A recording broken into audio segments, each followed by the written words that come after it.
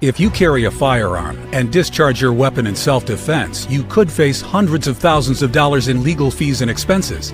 So carry the protection of CCW Safe, Self-Defense Legal Services membership. Upfront payment of all criminal and civil defense costs with no out-of-pocket for members.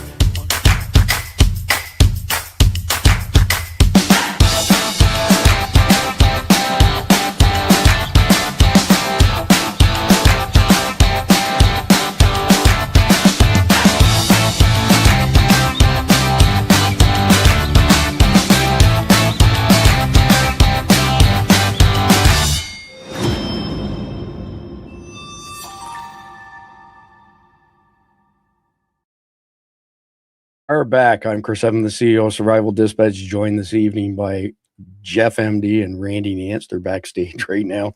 I was just thinking to myself, man, if we ever recorded the backstage conversations, which is why we're starting a few minutes late today, it would make for some entertainment. Let me put it to you that way. Anyway, the main topic we're discussing tonight is the rise of a multipolar world order post 9/11 2.0. But of course, we're going to go through the Command 11 sit rep before we get to that. And before I bring Jeff and Randy on stage, I want to mention that this episode is sponsored by Atomic Minerals. And you may all remember me mentioning the copper company a while ago. I'm not an investment guy. I have some people that are very accomplished investors, of course. And so I'm not giving you any investment advice, by the way. But they turned me on to that copper company. We let it go on Survival Dispatch for a couple of weeks. We had a bunch of Guardians sign up. They bought in on the IPO at 3 cents a share, went over $1 a share in the first month, and they made out like bandits. So I said to them, I said, look, if you ever come across something like that again, clearly there's an interest in our audience. And they came back to me and they said, well, Atomic Minerals is the next one. So this one's really, really interesting. And I mean, the copper's interesting, of course, but this stuff here is this is a national security issue. So we go through 50 million pounds of enriched uranium per year. We produce 1 million pounds. We are 98% dependent on foreign countries. So I think it was January 6th this year, not too long ago, the Trump admin leveraged this thing called Section 232 to say, okay, we can't have this foreign reliance on uranium because it makes our energy sector vulnerable. Therefore, it is a national defense issue. Therefore, we need to be able to earmark money for it. And they took $2.7 billion and said, okay, here we go. Let's kickstart uranium mining. And these guys at Atomic followed the same path as Vizsla. They had a project, they hit it out of the park. They sold this project for something like $650 some odd million, much like Vizsla did in their silver stuff. And they went and they bought 4 different projects where they own 100% of the rights to the uranium in Colorado and Utah, which is like the epicenter of uranium for America. So where we are now is you got the government saying, okay, here's $2.7 billion. Go get uranium for us so we don't rely on our foreign adversaries for such an important, product, which, believe it or not, Russia is the world leader in enriched uranium. And it's basically, it's almost like an open checkbook. Go mine the uranium, get it to us. We've got the checkbook open, ready to write you some checks. So the price of uranium has been going way up the past few years because of this foreign reliance and it's supply and demand stuff, right? Go check out Atomic Minerals at atomicminerals.ca. There's a link down below as well. They're trading symbols ATOM in Canada, ATMMF here in America. Again, I'm not an investment expert, but this is very similar as far as the way it's tracking compared to the copper company Vizsla, and this is important from a national security perspective. So let me bring the boys on stage and let's get started right with the conflicted question. Now we got Randy on stage. Let me get Jeff on stage as well.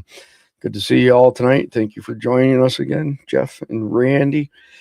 So we're going to hit the conflicted question here. For those of you not familiar with it, conflictedthegame.com. These are 14 card decks set in post-apocalyptic scenarios. Not all, but most of the questions have some element of morality to them, hence the name conflicted. I'm going to read this off now. Jeff, Randy, and I will answer it at the end of the broadcast. We want to see your answers in the live chat or the comment section down below. Morgan had an offer for shelter. However, he had to give up his weapons in order to be allowed in. He could use a comfortable place to sleep and food. However, he was in the midst of strangers.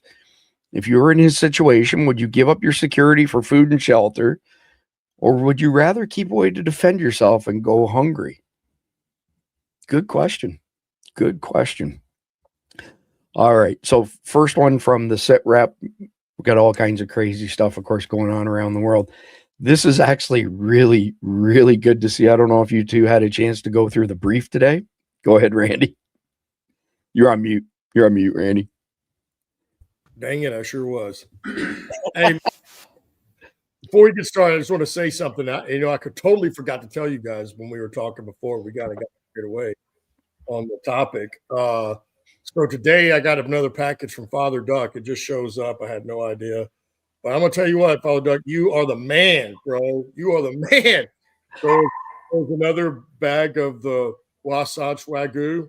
2 bags of carnival beef, 1 chicken. There was another, there's a cool 6 Hour t-shirt and a 511 apron. Thank you, brother. I'm beginning to think Father Duck is just like an alias for Elon Musk. So Father Duck, one of our hardcore guardians, the guy, he works his ass off as far as, security and intelligence is concerned. He's not too far kind of that way from where we're at. Very, very generous man. Very generous man. Very, very thoughtful. We absolutely appreciate Father Duck very, very much. Although if he sent you any dill pickle, I'm going to kick him out of the club. You can't be giving my dill pickle away like that. I mean, I forgot to mention, so far, it doesn't look like there's any dill pickle in there. All right. Y'all are safe then. Like, I can let that slide. All right. So there are some interesting things happening around the world. This one, when I saw it, my first reaction was, I'm going to download this video, convert it to still images, and see if this is AI, because we haven't seen anything like this in a long, long time. Get this out. India. Meanwhile, in Sydney, Australia, Muslims on a protest rally suddenly decide to start praying.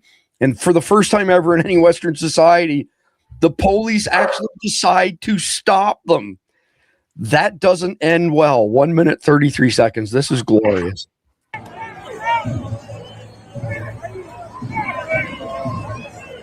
Guys, what are you doing? What are you doing? What are you doing?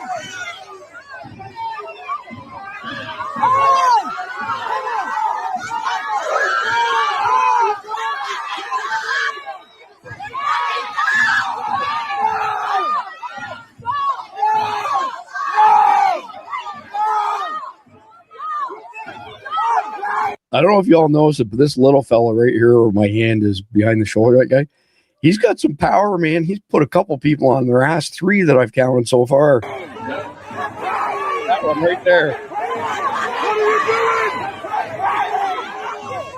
What are you doing? They're praying. Oh my God! What are you doing?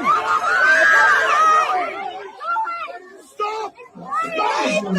They disrupt everybody else. So pray in the street and block traffic. Yeah, I'll go ahead and stop it there so y'all can comment on it. But I mean, that's kind of glorious. If you ask me, I was pretty happy to see that. I mean, Jeff, have you seen this happening? Or I saw a little bit of this in Germany, but nothing to this extent. No, about the only place I can imagine seeing this happening is maybe Russia. Right. They don't put up with shit. Well, and as I say every single time we watch this crap, go to any one of their countries and see if they're in the road praying. They're not doing that there. Well, no, and go to their country and try and open a church. That's right. That's right. You do that either. Well, I didn't realize I missed John's deal, but I saw yesterday a little video on X about that, they built 42 mosques in 24 months in the Dallas-Fort Worth area. There's not that many people that are into Islam. So that is, that is a problem because that's spreading. Then I think about all those grants, millions of dollars in grants that the state of Texas is giving them to do this. It ticks me off. And yeah, this is great. Fraud or safe houses? Yeah, one of the two. Or all of the Probably above. both. Yeah. Yeah. So I like how they just went after one at a time, so they could just pop and then grab another one. That was a good tactic. Archangel asked how come they didn't go after the main guy. Yeah, That's him right there. He got up and walked away on his own just as they were fixing to, grab him as well. But well, so it's like in hunting, right? For bird on the feather. Like if you're hunting duck or you're hunting geese, when a flight comes in, if you shoot the front one, they're all going to scatter. But if you start from the back and move up towards the front, it's easier to get them. And this is the same concept. If you go snatch the guy running his chop, the whole place is going to erupt. Well, you just start snagging them one at a time till you get to him. Well, the other thing too is the leaders want you to get in trouble. They don't want themselves to get in trouble. It's like you never see the Al-Qaeda leaders setting off the suicide vest. True story. So the carnival hero of the day, which obviously we cover at the end, is actually a 6-minute video out of Australia as well. And it's going to be the closing video. I'm not going to play it while we're, have the panel up. And it is a glorious video, even more glorious than this one. I think something finally, maybe that last shooting, in Australia with the crazy Muslims set something off. But have I got a contender for the 1,000 milligram stare of the year to date? I don't even have to hit play. Check it out. Look at the eyes. Deranged liberal woman wants to deport all Trump supporters. Who's going to tell her? 10 seconds. How about we all mass deport Republicans and MAGA and keep the illegals, because they know how to treat people, unlike MAGA. So, Jeff, I'll give you first swing. How many milligrams is that right there? I'm not sure. It may just be either bad Botox or bad plastic surgery. Yeah. I mean, look at her. I don't think, she has that kind of scary expression, but I think that's the only one she can make, because the skin on her the skin above her eyebrows is probably on the top of her head right now. Let's throw a curveball at the audience tonight for the first poll. If you think this woman looks like a Vulcan, put a 1 in the live chat. Yeah. Because wait, are we talking original Star Trek Vulcan or Star Trek the Next Generation Vulcan? That's all a bunch of woke bullshit. The original Star Trek with Captain James T. Uglier. She looks like a Klingon, actually. Yeah, she doesn't have all the wrinkles in her forehead. Randy, go ahead. Well, what I thought, she's definitely a 2,000 or higher.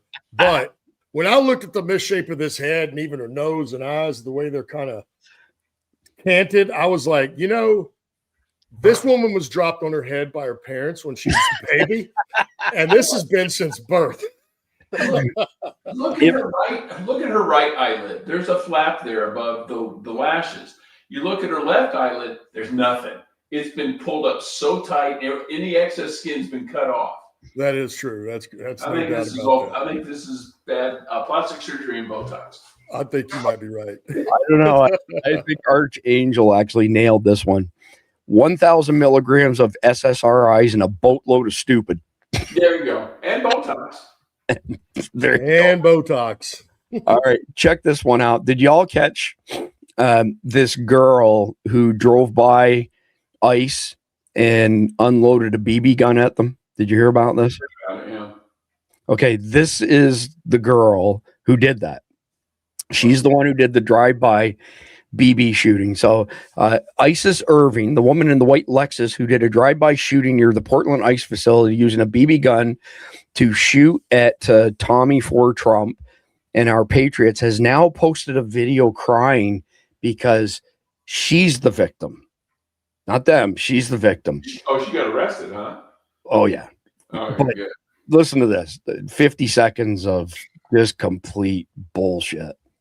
So I just woke up to MAGA doxing me. Mind you, this is what they did to my face. This is what they did to me. Okay. And now they're doxing me all over the internet, and they did this to me. Look at my face. Is this your highs from her nervousness? I'm trying to figure out what's wrong with her. I have second-degree burns all over my face. I can't even move my face. I did not attack anyone. I didn't hurt anybody.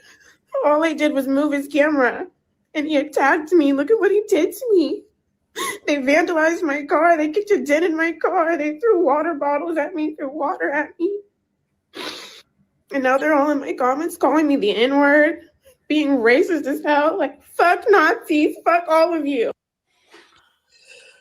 I don't know if you guys. So I'm sure there's video of the incident, right? Oh yeah, absolutely. Yeah. So she's lucky she get shot, because if I see that's right. I see a gun coming out of a car at me. Right. Yeah, exactly. It's in Florida, at least, if you did something like that, that'd be perfect grounds for stand your ground. So yeah. Anyway, well, speaking of shooting, listen to this guy. This leftist domestic terrorist no longer wants to hear about organizing. Rather, he wants to know which retailers are having sales on bullets. Let's go. Buffalo says, I hope the FBI is aware of this person. His profile's in the comments below. 10 seconds. I don't really want to hear about how we have to organize. What I want to hear is what stores in your community have sales on bullets. So, Jeff, go ahead. And he's even got the retard thing. Yeah, he's got it deep in there too. He's got the mental illness identity bracelet. He's got the King Tut beard thingy going on. Yeah. He's just like a stereotypical leftist loser. Pretty much exactly, right? So he's probably driving for Uber Eats as he does this, because that's the only job he can find. Right. Yeah, and there's no sense in tagging. What you need to do is tag his local law enforcement. But if it's Seattle or somewhere, it's not going to matter. Tagging the FBI for what? So that after this guy gets himself killed, they can tell us he was on our radar. He was on our radar. That's pretty good, right? So here, I don't know that we need to play the whole 1 minute 13 seconds, but this is the black girl who just did the crybaby thing because she didn't hurt anybody. Oh, here she comes. Round the horn. That's her right there. Damn, there's a water bottle right there. Hey, you're triggered, aren't you? Oh, look at that, look at that, look at that. Oh, shit, she just shot me with a BB gun. And she's going down the wrong way. She just shot me with a BB gun. She just shot me in the face with a fucking BB gun. 478. She just shot me in the face with a BB gun, bro. Jeff, I mean, that's clearly criminal. It's assault. I mean, and if anywhere else in the world, most same places, you could return fire with something a little bigger and more lethal. Yeah, I don't know if you want to add to that or not, Randy. I'm just like, there was a long time ago. This was back in the 90s. Me and the dude got in a squabble on Northwest Highway coming in Dallas. And he wants me to pull over. So, of course, back in those days, for sure, I always pulled over. And I pull over it. And this guy's in a Jeep Wagoneer. And he gets out. And he's got one of those BB gun pistols, right? And I had these when I was a kid. I knew what it was instantly. I start laughing at him. Yeah. But it looks like a real pistol. But you have to look at the barrel. You have to look at it. But I knew. I started laughing at him. I said, dude, you got a BB gun. He says, I'll shoot your eye with it. I said, you're a dumbass, because you know what? I got a real gun in the truck right now. And because you presented that, I could get out and shoot you dead, and it would be justified. Dude just closed up his Jeep and hauled out. Right on. Right on. Way to do it. All right, next piece of insanity here. A drag queen named Anna Molly has demanded your lawmakers in Arizona, Jeff, to reject a bill that would make it a felony to perform drag in front of minors. American as Fuck says, so tired of these freaks. 43 seconds. There are zero proven statistics showing that children are harmed from going to drag shows. As a woman of God and someone who understands how drags. In other words, a dude with a dick who's. And you got to read it, because you can't just speak your mind. You got to read your mind. right, who has autogynephilia and is a mental case, just to clear everything up here. Spreads love and joy, and children always leave laughing and happy. I ask you to please oppose this bill. I have performed at all ages events. The following directions are always given to me when I do these shows. Please keep sexually explicit content out of your songs and performances. Please choose age-appropriate songs, so no cursing or hateful messages. We understand the seriousness of keeping children safe as much as you do. If you haven't been to an all-ages show, I'd recommend it, so you can have a moment of shared laughter as you watch a drag queen do a crunchy cartwheel to Let It Go from Frozen. I'm going to take a pass on that, but I don't know. What do y'all think? Well, the ones she's complaining about are the Republicans who actually passed it, so I don't think they're going to not pass it. The rhinos? Yeah, but our governor's a total fucking piece of shit. She'll veto it. You know, it's just the odd time that we're in. It is an odd time to live, because any other time, she would have been a character in a movie or a play or something. Somebody that's dressing up like this for real, walking around in real time, there's something wrong with you. They would have had her in a straitjacket before she finished that. Not she. And right this minute, they'd be sitting in a rubber room. Yeah. Probably in line to get a frontal lobotomy. Next one up. All right, so more craziness here for you. This liberal lunatic wants you to know she hates you for supporting President Trump. Okay. I thought they were the party of peace and joy. I thought they wanted the political rhetoric toned down. What did I miss?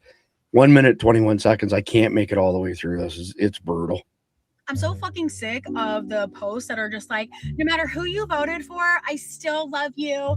And just, love you all and bless you all. Who you voted for. Stop fucking saying that, bitch. I don't love you. We don't fucking love you. Fuck you. All right, we got to do a screen capture here. Let's see.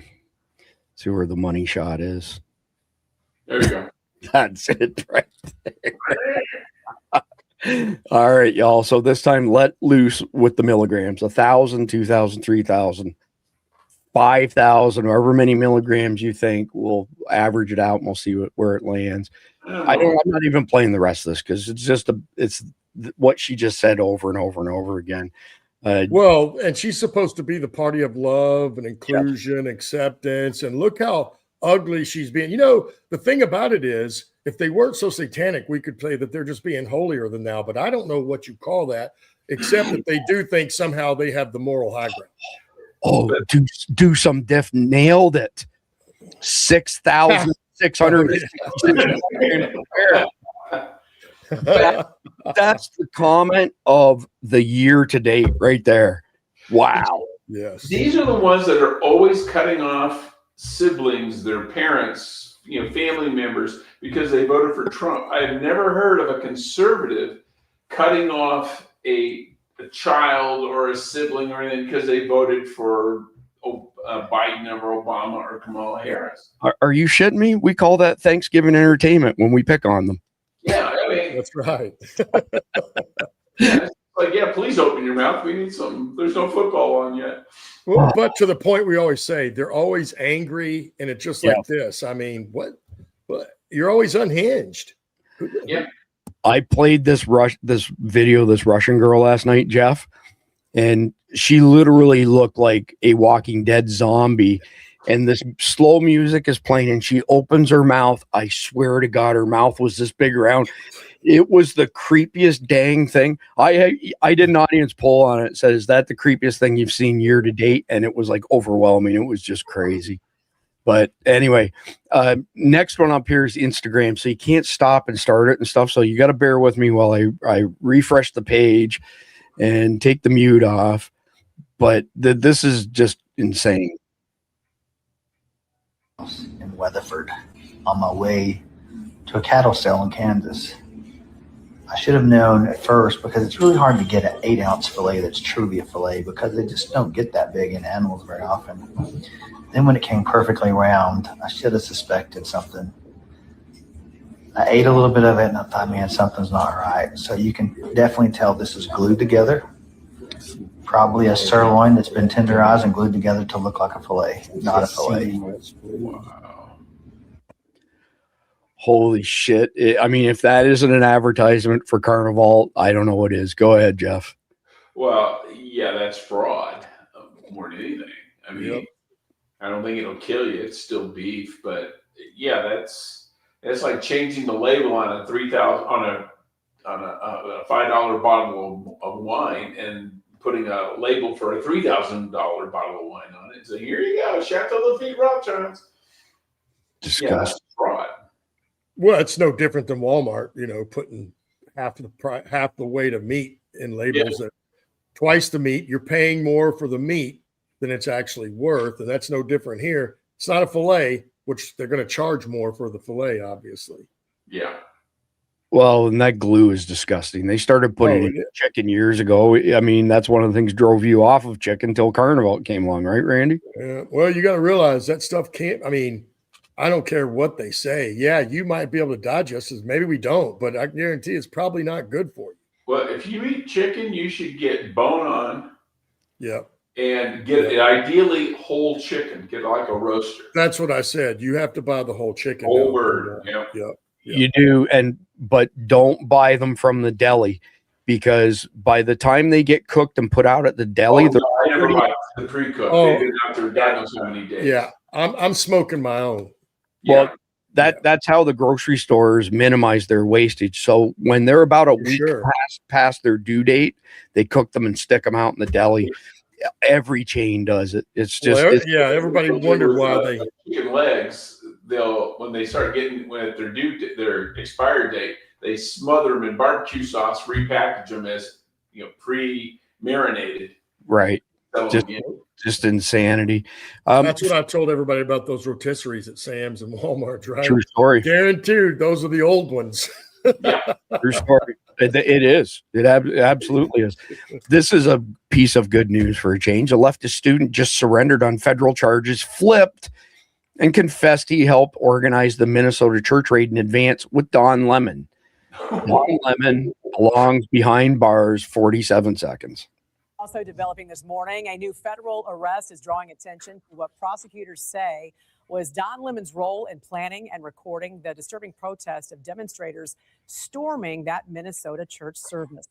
A Temple University student has now surrendered on federal charges, admitting he helped Don Lemon with logistics and local contacts ahead of that anti-ICE protest. Jerome Richardson, a political science senior, turned himself in and is accused of conspiring to interfere with religious worship. Court records and social media posts show Richardson describing himself as assisting Don Lemon in the days leading up to the protest. Lemon, who claims he was just reporting, was arrested last week and released, but prosecutors say this new arrest undercuts that defense, suggesting planning and not just passive coverage. What do you think of that, Jeff? Well, I hope they put the little bastard behind bars, but I doubt it because he's going to have to be tried in Minnesota. True story. True story. Drag it through the process. Like they say, the process is the punishment. Right. Yeah, they should drag him through it. I hope they do that much even, but, because of course he's going to hide behind the journalism thing. But even when they arrested him, the way it is today, and honestly, with cameras, with intelligence, and with all the digital devices, they knew this when they picked him up. They knew he was part of the planning. They didn't, then, they're not doing their job. That's what I'm saying. I mean, one can only hope that somebody... Here's our audience poll on this. Is anybody going to be held accountable over the balance of Trump's tenure? Anybody? Put a one if you think that somebody's actually going to be held accountable. Put a big fat 0 if you've been blackpilled like yours truly and think there will be 0 accountability. Curious to see how this pans out. I bet you there's a lot of black pills out there. I'm predicting we're going to see a whole bunch of zeros popping up. Yep. Patriot 0. First one. 0, 0, 0. Exactly. All right. Now this one here is another small piece of good news.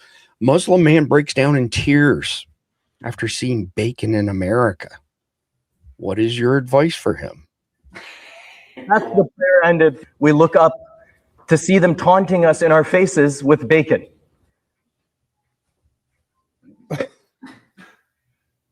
Is he crying or laughing? He's crying. I think he's trying to force it, though. Sometimes you have to do. I had to relive the whole thing again. What whole thing? What do you have to relive? The bacon. So he saw bacon. Come on, be honest. Just because you're a Muslim, hey, bacon smells good to everybody. Yeah. There Probably is top salads and not telling anybody. there isn't a tear on his face. It's exactly what Jeff said. Friggin' faker. I had to see the bacon. What? So anyway, audience, not a poll this time. Audience advice. What is your message to this guy? Because I tell you what my message is: get the fuck out. It's pretty simple. Hey, you want to eat the bacon? Just go ahead and do it. We won't tell anybody. Somebody, I have the same reaction when I see a falafel. It's just like I'm traumatized. So John Ringer on YouTube got censored for putting 6 smiley faces, 7 American flags, and about 20 strips of bacon. That's crazy. I just approved that one. Commie tube. Fucking commie tube. All right. What if people had this reaction to hummus? Would they quit eating it? Right.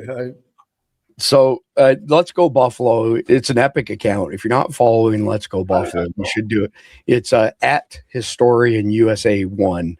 Anyway, we encounter brain dead leftists daily, but this one is in a league of her own. She gleefully celebrates a video of ICE agents getting beat up by a mob of people in Italy.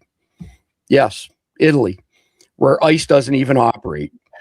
Peak brain rot.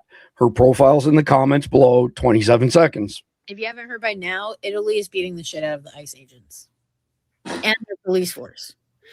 Italy is beating the shit out of ICE agents and cops. I literally watched a video where 20 people dogpiled onto an officer and then continued to beat the shit out of him. Oh, it was beautiful. I'm going to go find more videos. So check this one out. I'm pretty sure thanks to Do Some Diff who nailed it. I think that is another prime example of the 6,666 milligram stare. Yeah. Well, was she saying that? Italy beat them up? I think what she saw was the mafia collecting protection money from somebody who hadn't paid. There's a bunch of rioting going on in Italy right now, Winter Olympics, etc. And anarchists are protesting the Olympics. Correct. Because apparently skiing is anti whatever the hell they believe in. Well, it's anti everything, right? For these clowns. This liberal Karen wants you to slash ICE's tires and then run so they can't identify you. Thank you for telling us the world you leftists hack. Your profile is in my comments. Stop by and roast her, my dear friends. Look, I don't even have to hit play. There's no soul behind these eyes. That is one of the primary indicators of an SSRI.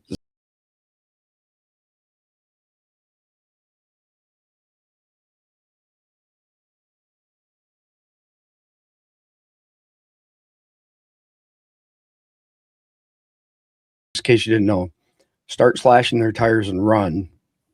They can't catch you in a crowd. And by the way, that little bit of that Michael Jackson song there, that will get us a copyright infringement before this broadcast is done.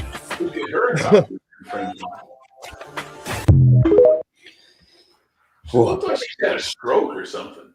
Let me get us over on the other stage here. We got to get Jeff back up here. So go ahead, Jeff. What were you saying about her?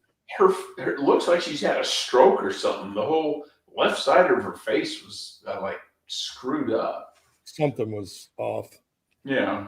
All right. Well, that's the last one for the sit reps. Let's do an interesting take on this one. If you think that she had a stroke, Jeff's hypotheses here, put a 1 in the live chat. If, on the other hand, you think she fell out of the ugly tree and hit every branch on the way down, put a 2 in the live chat. Let's see what comes out of that. Does not exclude the other. She could have had a stroke, which caused her to fall out of the ugly tree. Touche. And I guarantee you, she's probably had the She probably got the shot, a couple of the other things, and then coupled with the SSRs, they have no soul left. That's why they all look that way. Hey, Devin says she is a he. Probably right. Good catch. Option two. Sorry, Jay Lee. Yeah, Devin said it's a robot. Yeah, so I mean, yeah, you nailed it in the poll, Jeff. There's a whole bunch of 1 and 2, all for the same answer. Yeah, good job. Way to go. Prognosticator, what can I say? We're pretty evenly split here in 1s and 2s. Big Dog wants to call her number 3. Type in the comments, Big Dog. Tell me what number 3 is, because I have a suspicion it's 1 and 2 together, right? 1 + 2 = 3. But we shall see. So, all right, it's time to get into the main topic of the night, and I'm going to give you the Cliff Notes version on 9/11 2.0, because that is the piece of context that ties together all 144 videos in our Long War series. So tonight's episode is titled Rise of Multipolar World Order, End of Unipolar Dominance, Power Shifts from U.S. Hegemony to a Multipolar Balance Among Rivals.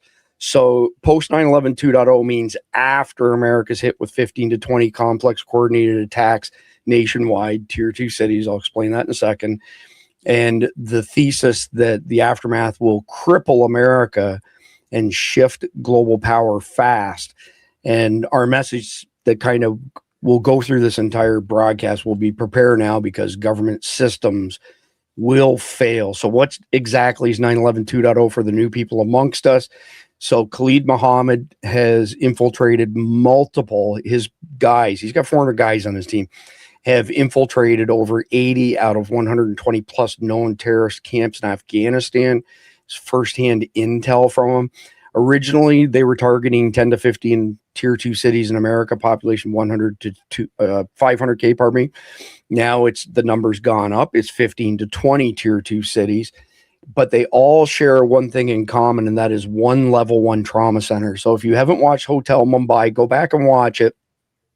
It's a great rendition of the complex coordinated terrorist attacks that happened in Mumbai, India in 2008. So 10 jihadis come ashore on a Zodiac, split up into 5 two-man teams, and start hitting different targets. They hit a train station first. 2 of them killed 50 people inside of 2 minutes. But there was a command and control center in Afghanistan and another one in Pakistan that was monitoring live news and social media and telling them where to go next, do this, don't do that, so on and so forth. So 9/11 2.0 dwarfs that dramatically. So not only is it 15 to 20 American cities being hit relatively in sync, there will be some cascading, kind of order to it because of the time zone differences coast to coast. But each of those cities will have 10 to 15 sleeper cells, and each of those sleeper cells will have 4 to 12 highly trained jihadis, not the ones that we fought way back when, 20 years ago or so. And they will be getting directions from these command and control centers, most likely in Iran and Afghanistan, potentially in Pakistan as well. However, this time around, in addition to monitoring social media and live news coverage, they will have body cams on. So they will have a first-person view of what's actually transpiring. So they will immediately go for soft targets like schools. Then they will wait until the first responders arrive. Then they will set off things like VBIEDs, vehicle-borne IEDs, to kill as many first responders as possible. And as they're being directed to hit these soft targets, they will all eventually converge on the level 1 trauma center and siege it. So 3,000 to 5,000 hostages, number 1. Number 2, tier 2 cities aren't typically surrounded by anywhere large, any other large centers where they could call on significant mutual aid. There are no level 1 trauma centers anywhere near them, which means that as the injuries pile up and the serious injuries pile up, people will end up dying because there's no level 1 trauma center to get them to. There'll be a limited number of life flights, those sort of things. The distance will be too great to get them there in the time frame that's necessary. It's going to be a real chore to unsiege those level 1 trauma centers. It'll probably be a combination of Delta team, the FBI's HRT teams, hostage rescue teams. And There's probably some element of SWAT teams, but there aren't a whole lot that are trained at that level, because here's the thing, like Randy's pointed out, you could send in the Marines, whoever, they'll kill everything that moves. But to do it with discretion and kill the bad guys and not kill the hostages, there's not a lot of people trained in that, especially for large scale things like this. They will have the buildings booby trapped with, sarin nerve gas. It touches your skin, you breathe it in, you're dead within 3 minutes. They will have suicide vests on, and they'll have a dead man switch. So if they get shot and they go down, it'll kill everybody in close proximity. And it will be beyond horrific. Al-Qaeda has stated that they want to kill a minimum of 50,000 Americans.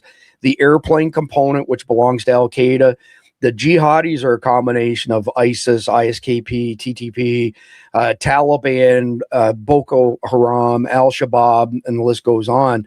But the airplane piece will be most likely a combination of planes being hijacked in Europe, or not even hijacked per se. They'll be hijacked in America, pardon me.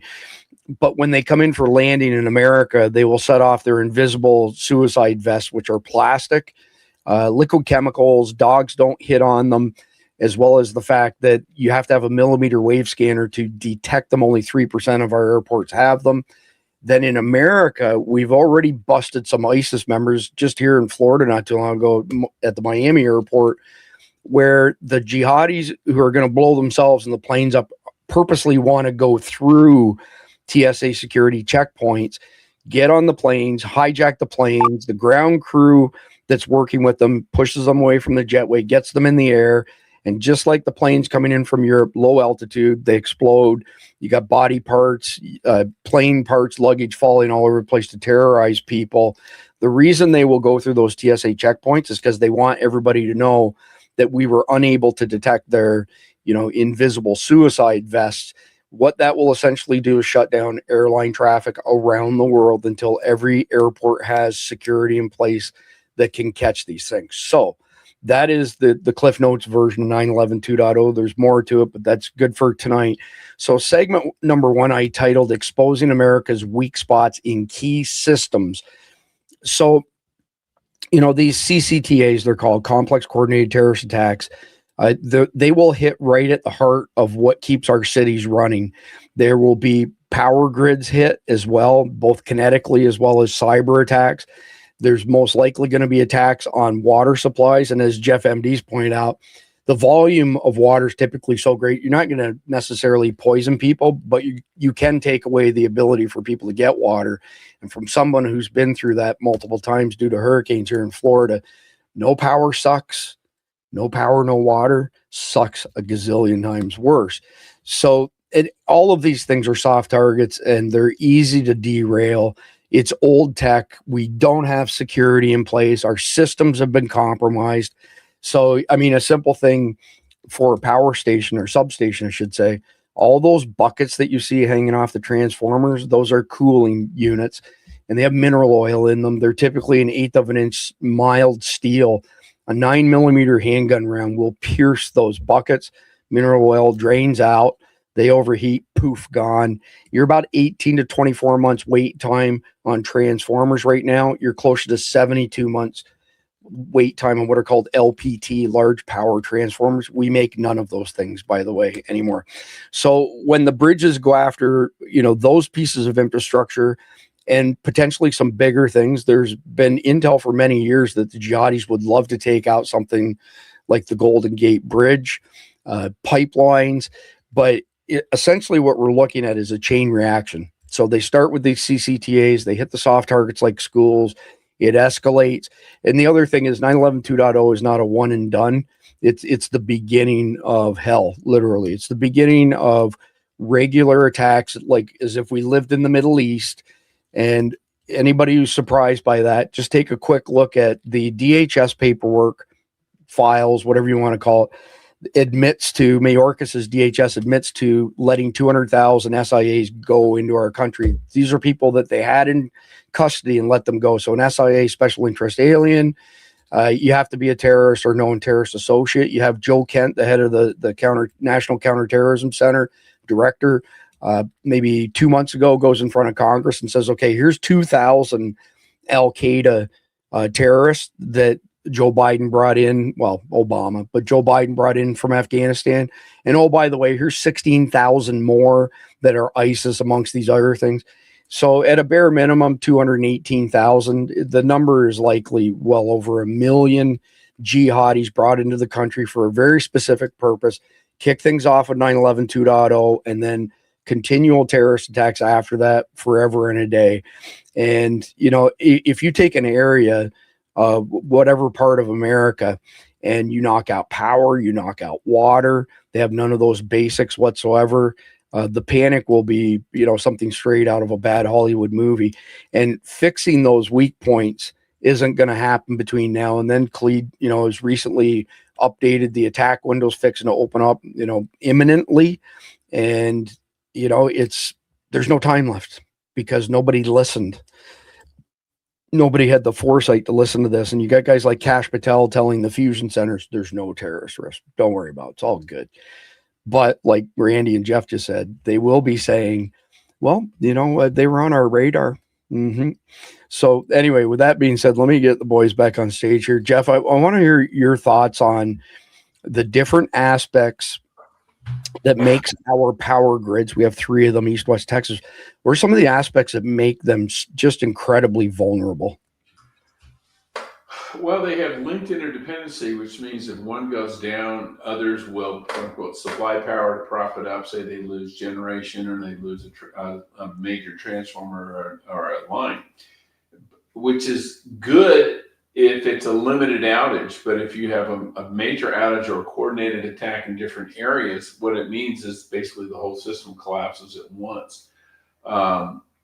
Texas being its own system, we also saw that when they had that ice storm a few years ago, the Texas grid basically collapsed because they were stupid and put all their eggs in the renewables basket. And when you have an ice storm and snow, solar doesn't work and the wind doesn't work, and they didn't have enough fossil fuel reserve, gas-powered peaking plants going to support it. They did this last time. They were smart. They learned their lesson. But there's not enough resiliency in the system. They try to, and I understand why they do it economically, but they try to go for the minimum amount of load. They rarely do they have excess spinning reserve at the ready. With a storm, you see it coming. You can say, okay, we're going to lose solar. We're going to lose the wind power. We're going to ramp up those peaking plants before the ice storm hits, so we're ready for it. Texas did that this time. With a terrorist attack, there's no warning. And so it's just going to collapse. And then they won't, it takes a while to spin up a peaking plant. They're relatively quick, a lot faster than a coal plant or a steam plant. But they're basically turbine engines, but it still takes time and the whole system will cascade before you get there. Plus we're dependent, we don't have enough of our own damn transformers. So if you take out the transformers, we can't replace them. So one more question, Jeff, that's related to everything that you just stated. So for approximately 30 years, there has been a bill introduced almost every single year by one party or another to harden our grid. And the last number that I heard thrown out was somewhere in the neighborhood of $5 billion, which is a drop in the bucket for what Ukraine robbed from us. My question is why? Why have we not hardened our grid when we have had decades to do it? It's like a company paying for training. It's the last thing they fund and the first thing they cut. You spend the money, but there's no return on that investment until there's a problem. And if you're a manager and you're the CEO, you're the CFO, you're like, well, I'm going to retire in 3 years. So we'll have higher dividends. I'll get a bonus in the meantime. And then, odds are this may never happen. And if it does, it's going to happen after I'm gone. So there's going to be no blowback on me. It's right there with politicians approving ridiculous contracts for teachers unions because they don't have to pay for it. Yeah, true story.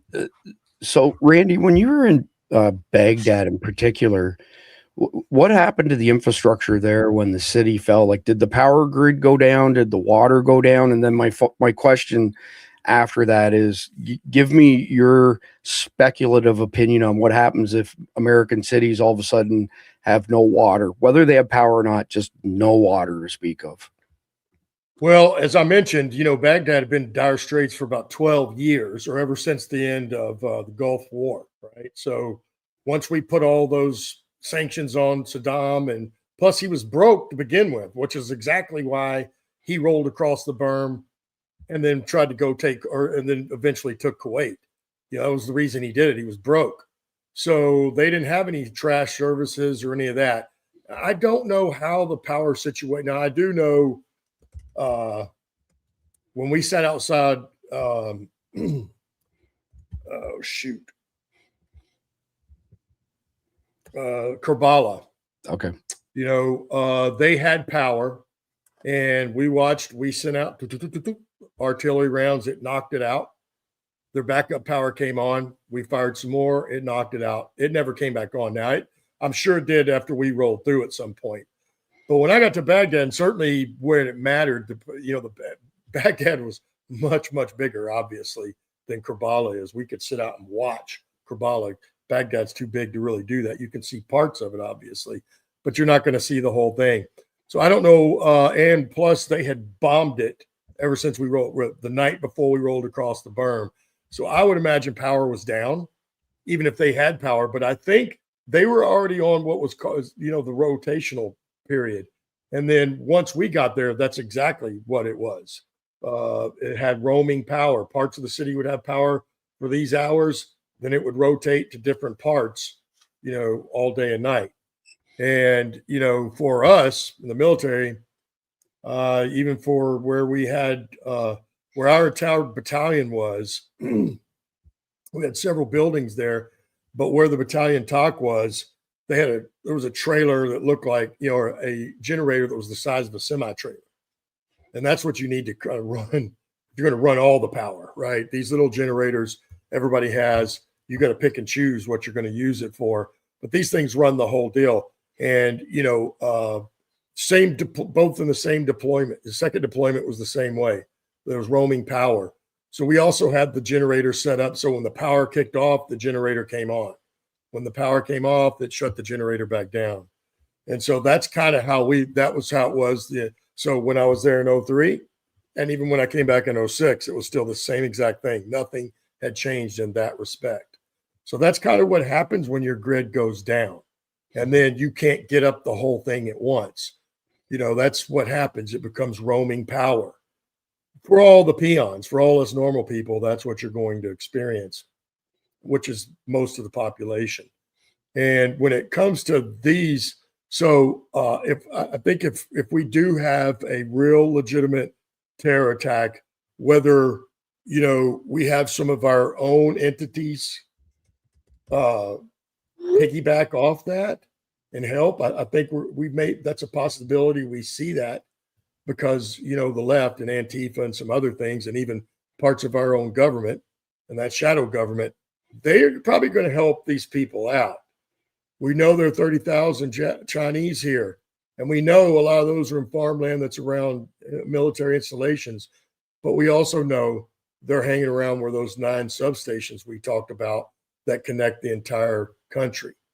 So let's just take it if we have an attack and someone decides they're going to take out those 9 substations, we're totally screwed because, as we've mentioned many times, we don't have any in store. We don't have any sitting in place right now in case any of these go down.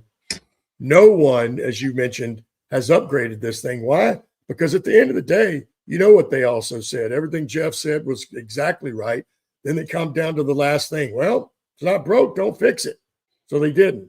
And they don't want to spend money. They didn't want to spend $5 billion on a wall. They didn't want to spend $5 billion on fixing up our electric grid and system, which desperately needs it for this time and day. But we're more than willing to go dump 100 or 200 billion in Ukraine for no good reason. So when these attacks happen, if we lose those power grids, it's going to be really bad because the backup on those things is 48 months. So what that tells me is we're going to have to figure out something between now and then, but I would bet it's going to be months, if not a year or longer, before somebody figures out how to get some of these substations back up. And what does that look like? Well, we haven't seen that here before, not in the United States. And if we lose power and everybody's down, well, it's going to be just like Florida after the hurricanes.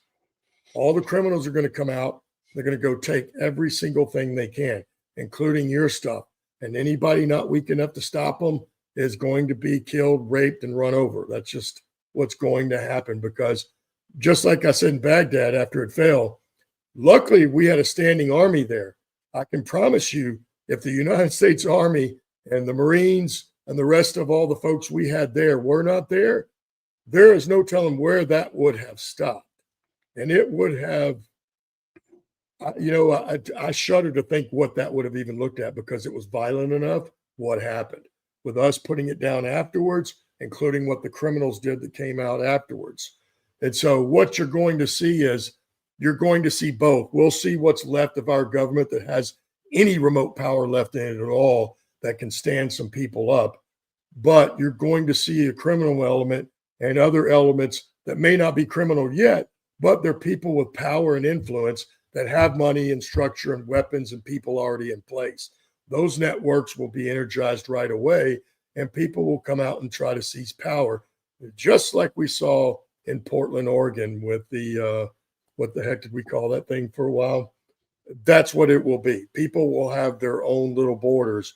And that's if something like this goes off. I mean, again, this thing would have to be even 50% successful for something like this to go, but it is a possibility. So before we close out the first segment, just a couple quick things. So number one, we have 55,000 substations in the country. Number two, we have 3 grids that we already mentioned, East, West, and Texas.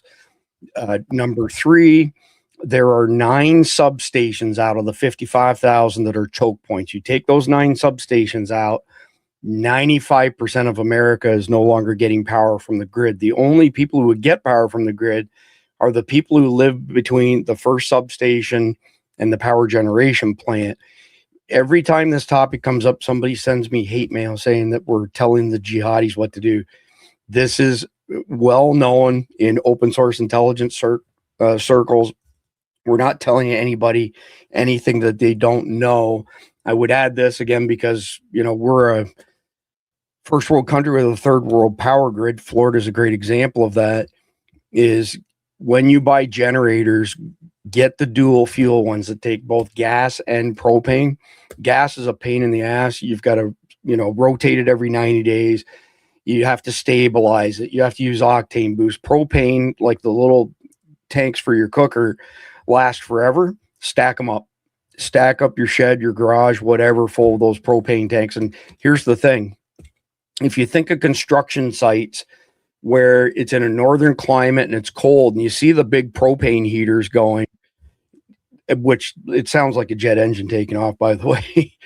Nobody dies of carbon monoxide poisoning from running those inside. So I'm not giving you advice on this. I'm just saying that if you have a dual power generator and you run it off of propane, I got food on the mind, haven't had dinner yet.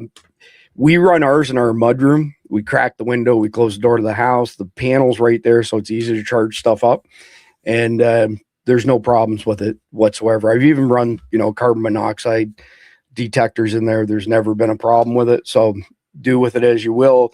But there's an advantage to running it inside than outside, and that's somebody can't easily steal it. And I've got lots of stories about that, but I'll save them for another day so that we can get into segment 2, which is swamping our first responders and rescue teams. So with attacks happening across 15 to 20 cities at the same time, fire crews, medics stretched way too thin to handle, fires, injuries, and just chaos without enough backup personnel or gear. Now, here's something I didn't mention when I was describing 9/11 2.0. The goal is to kill as many first responders as possible for the jihadis. Number one, because of the psychological impact. Number two, because it takes out, many of the people who could help injured Americans and also who could potentially stop the jihadis. So there's been multiple dry cleaner break-ins past couple years where paramedic uniforms and law enforcement uniforms have been stolen. There have been ambulances stolen. There have been cop cars stolen. There have been decal packages for vehicles to letter them up, make them look like cop cars stolen. National Guard armories have been hit extremely hard the past couple of years. And the top things that they've been taking are uniforms, boots, and armored Humvees from them. So the whole first responder thing is a really, it's a really shitty part of 9/11 2.0. So now you've got this rush of scared people calling for help, which leads me to the next thing. I wrote a short article on this yesterday. If your comms plan includes nothing but your weapon of mass distraction here, your phone, that's not a comms plan, because the cell phone networks will be swamped immediately unless you're a first responder with FirstNet access to get priority access to those towers. You will not be communicating with anybody. So we have the mother of all SHTF comms videos coming up. It's going to be in 3 parts. There's too much to cover in one video and just one article. So it'll be 3 articles, three videos, and we're going to cover all of this stuff. But comms is consistently the number one thing after food and water when we run polls as far as what people are concerned about from a prepping perspective. So think of it. All you have is a phone. Comms are down. You can't reach anybody. And then all of the other systems, whether they're attacked directly or not, they end up under such a significant load, they start failing.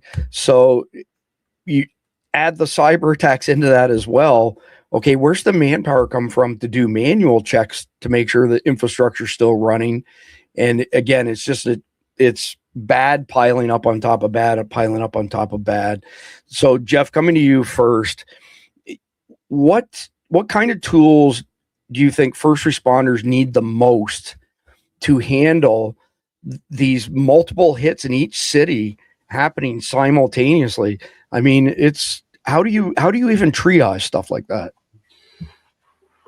It's first of all, you got to have communication, and you got to have multiple available communication, and you need communication protocols preset with jurisdictions in your region, not just your city. So if something goes bad in Buffalo, you can reach out to Erie, or you can reach out to Niagara Falls or other areas to contact them, because the phone system will probably be overwhelmed and go down because everybody will be calling, make sure grandma's okay. And the radio systems they use tend to be more tactical, local. They don't really extend beyond the region.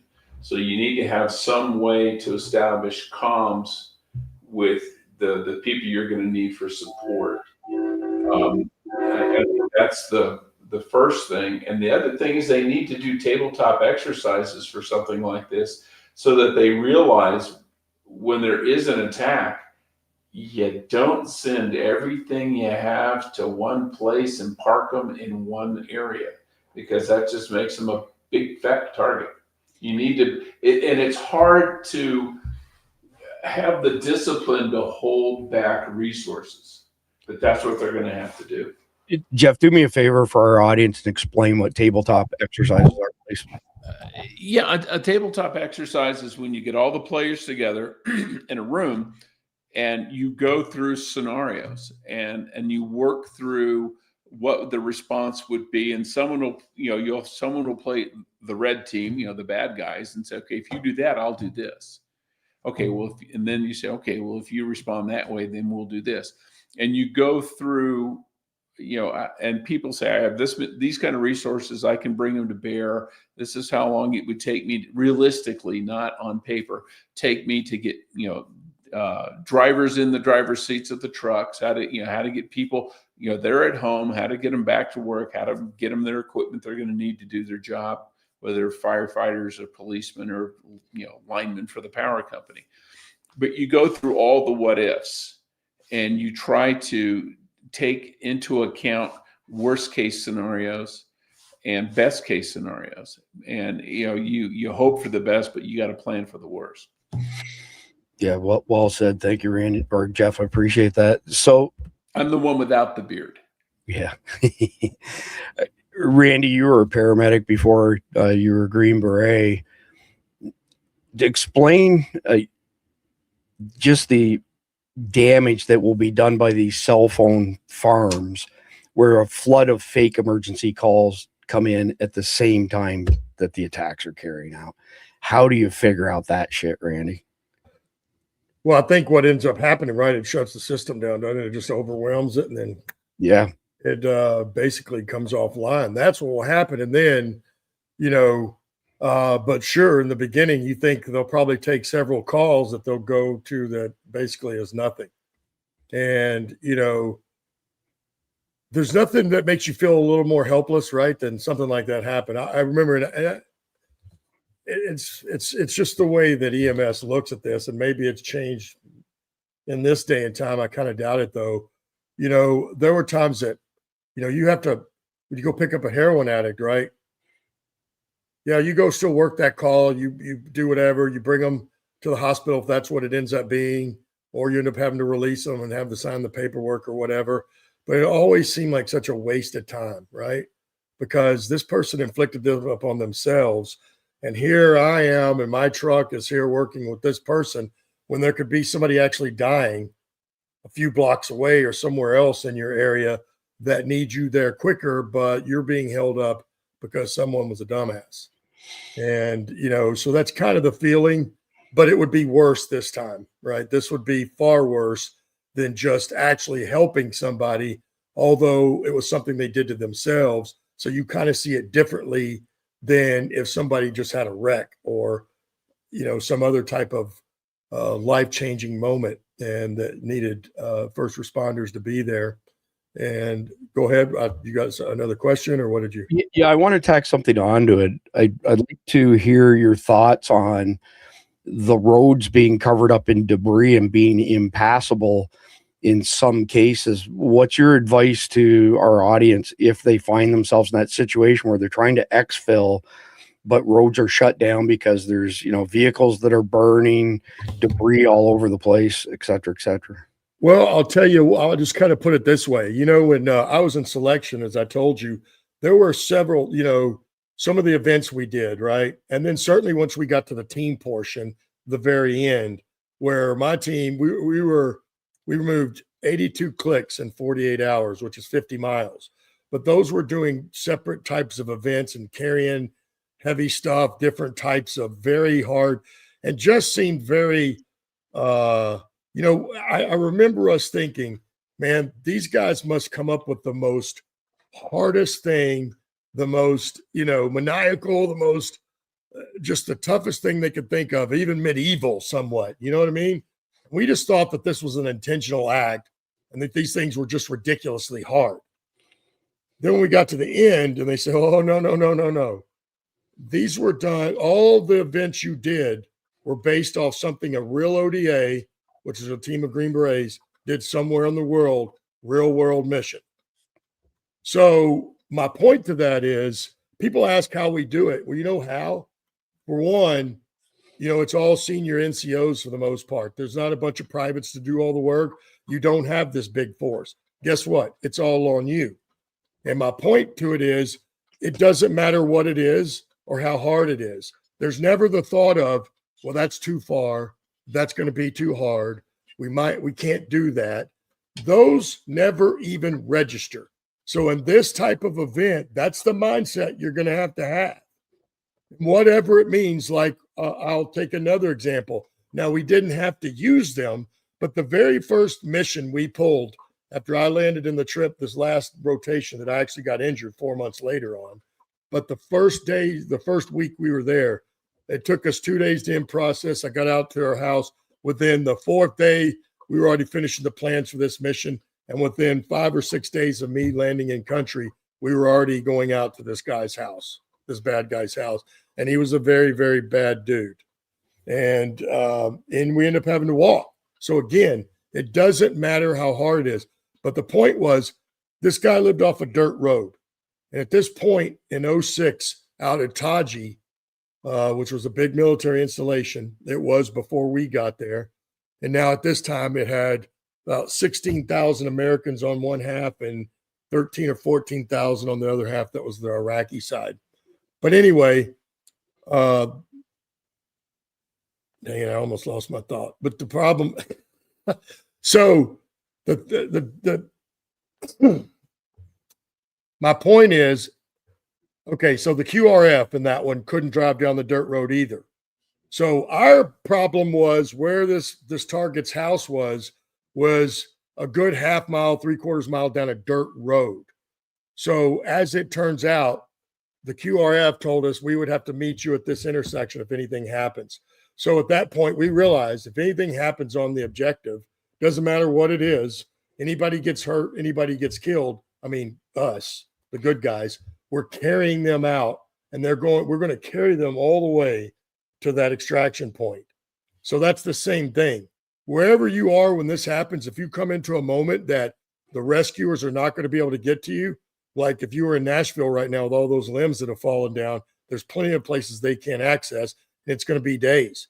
So if something happens and you have to get to medical care or something else, you're going to have to figure it out on your own. You're going to have to say, no matter what it is, no matter what it takes, we're going to make it happen. And then you set about making a plan with all the pertinent information, and then you're going to go do it. It's just that simple. No, I appreciate that, Randy. Thank you very much. I want to just quickly mention a couple things. We go to segment 3, number 1. All y'all should have alternate routes mapped out to go to regular places like to and from work, your kids' school, so on and so forth, just in case there's, roads are impassable. The very first video out of the 3 that we're doing, the 2026 SHTF comms roundup, essentially, is the first part's going to be satellite stuff. Let me see if I can get that light up enough so you can see it. So this is a Garmin InReach Mini 2. The Mini 3 just came out, so these guys pretty substantial price cut on them, pretty reasonable. They make another one called the InReach Messenger, but it doesn't have all the functionality that this guy does. But you can tether it to your phone. You can send and receive text messages over the Iridium satellite network, but it also accesses the military GPS satellites, as well. So even if the cell network is down, this will give you the ability to do some communications as well as having GPS guidance. Now, somebody made a comment, and I agree with them a lot, that GPSs will literally drive you off a cliff if you let them. So they're not the be all and end all, but that is definitely a really, really good tool to have when the shit goes down. So segment number 3, rivals jumping on our rough spot. So while we're reeling from the hits, you have countries like China and Russia poking at our weak defenses. It could be cyber attacks, deals to grab more ground in spots around the world that we used to control. Iran and others, and we don't know what Iran's going to look like after this week, but Iran and others, see our hands full with recovery. So they push harder on their own plans, like stirring up trouble in key areas, again, to divert our focus away from global hotspots. And keep in mind, Iran, IRGC, Hezbollah joined at the hip with the cartels and gangs like TDA. They are a very, very big part of 9/11 2.0. And at the end of the day, you've got all of our rivals kind of rushing. They see these open gaps, they rush to exploit them, and essentially they jump on us, gang tackle us when we really don't need it, when it's really kind of like rubbing salt in an open wound. So, Jeff, China's economy, we've discussed it at length. It's fragile and shaky at best. So they don't want to be seen waging war against us because they want to continue to get fat and happy off American consumers buying their goods. But cyber attacks introduce, an element of plausible deniability. I'd like to hear your thoughts on speculating on how, like Volt Typhoon, Silk Typhoon, all these Chinese CCP hacking groups will potentially attack us without shooting themselves in the foot. Well, I can see them going after targeting, using cyber attacks against our infrastructure to make anything worse. And if they're, you know, they're smart folks, they can do is disguise it to make it look like it came from Iran, that it came from, you know, Pakistan, that it came from Lebanon. You know, they can, you know, they're pretty good at that, just like we are. So they could, what it would do, it would just hamstring us that much more. And they want to cripple our country, but not our economy, because they depend on our economy. In fact, what they would probably hope is that because we'd have our own problems with our own industries due to our electric grid going down, that the response would be, well, we'll just have to buy it from the Chinese because our grid is screwed up and we can't make it here. So by weakening our domestic manufacturing, they would increase their own market for Chinese goods. I could see them definitely taking advantage of that. And the other thing would be maybe make a move against Taiwan, you know, knowing that we'd be so preoccupied at home that we probably wouldn't, you know, defend them like we might otherwise. Yeah, great answer, Randy. I'm curious what your thoughts are on how much or how far Russia would go with kinetic attacks on our interests around the world. If they felt that we were, you know, we're at that point where we're greatly weakened and preoccupied with domestic stuff, just how bold do you think they get internationally? Much like them taking the Crimean Peninsula in 2012 and then, you know, taking parts of Ukraine in recent years. Well, I'm sure they will. You know, it's like the old saying, you give them an inch, they'll take a mile, right? And if we're preoccupied or so occupied and so weighed down that there's nothing we can do about it, absolutely. Why wouldn't they? I mean, that just, you know, if they don't, China would. So I have no doubt, you know, that both of those entities, those countries, are just sitting out there kind of in the waiting, you know, and looking for those type of opportunities that they can take advantage of easily, because, you know, it's pretty clear neither one of them are really going to take us on. I can straight up take us on. That, you know, they both talk pretty tough, but I think they both know at the end of the day what would really happen. Russia certainly does. But it would be costly for everybody, honestly. And as we all know, we get in a fight with either one of the both, no one really wins that fight. There'd be such a loss of life and everything else. No one's really going to win that. But I have no doubt both of them, and certainly Russia, you know, because they've had to sit here and, you know, Putin sits here and listens to this whole Russia thing for the last 12, 14 years. Heck, we blew up their pipeline, right? Everybody knows we did that. Biden did that. They did that. So they would definitely, and I, you know, honestly, I'm very surprised, as far as we can tell, there wasn't anything done because of that, right? I just assumed when we blew up that pipeline, everybody knew it was us. They had to know it was us. And I thought that there may be some kind of retribution because of that. Maybe there has been, but I couldn't tell you what it is. So it's not as bad as I thought it would be. But I think if the right opportunity presented itself, there is no doubt that Putin and Russia would step through that door to take advantage. Yeah, appreciate that. So, Jeff, I'd like you to give me your thoughts on how do you think Iran would go about, you know, taking advantage of us when we're dealing with these domestic attacks? Would it be cyber? Would it be kinetic? Would it be proxied through somebody else like the Houthis? Go ahead and give me your thoughts on that. You're on mute, by the way. Well, no, I think they're not dumb enough to do it directly. I can see them disrupting shipping in the Persian Gulf, which would drive up international oil prices. It probably wouldn't affect us much because we don't get much oil from them. And we probably don't get that much oil out of the Persian Gulf either, to be honest with you. We're not quite self-sufficient, but we produce most of our own oil, and then we buy oil from sources that are closer to home than there. But I can see them disrupting, anything in the Persian Gulf. But they'd really be stupid because no matter what happens here, the Sixth Fleet is still there.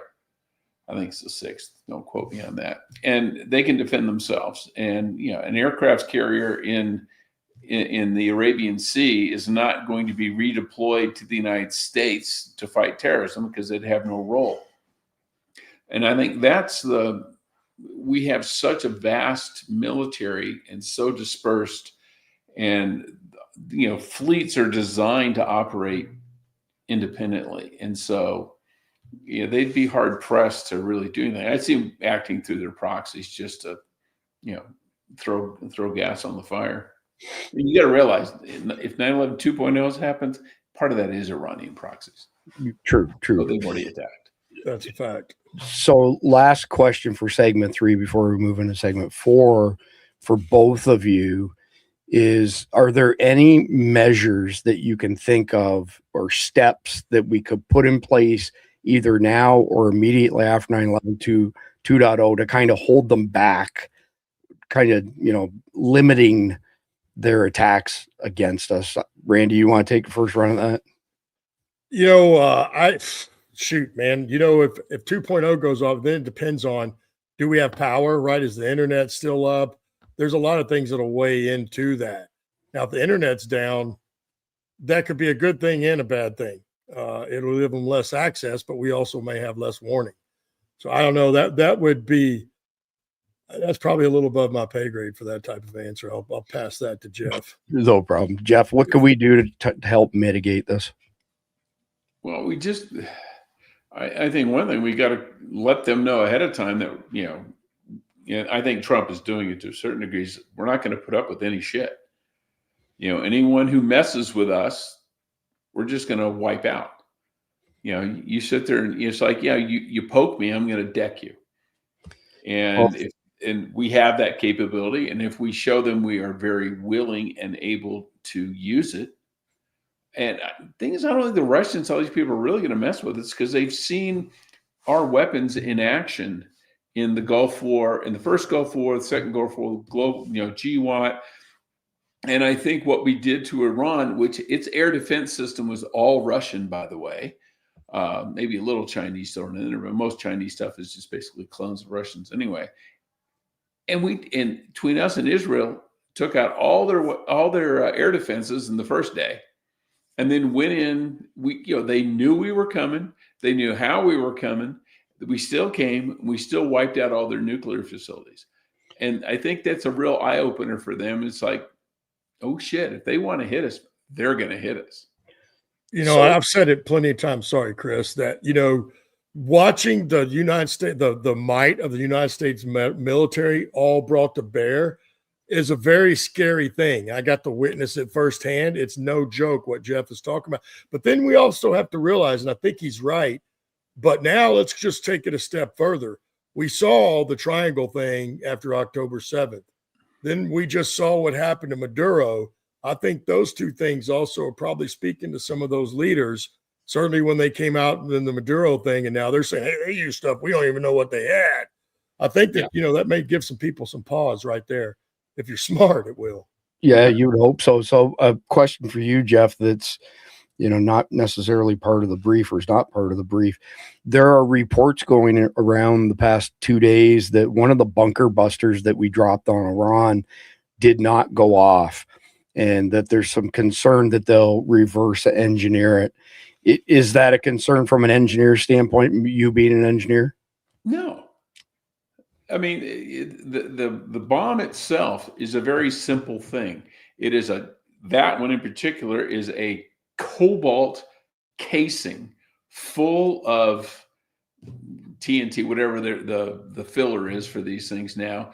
And it had basically a paveway kit on it.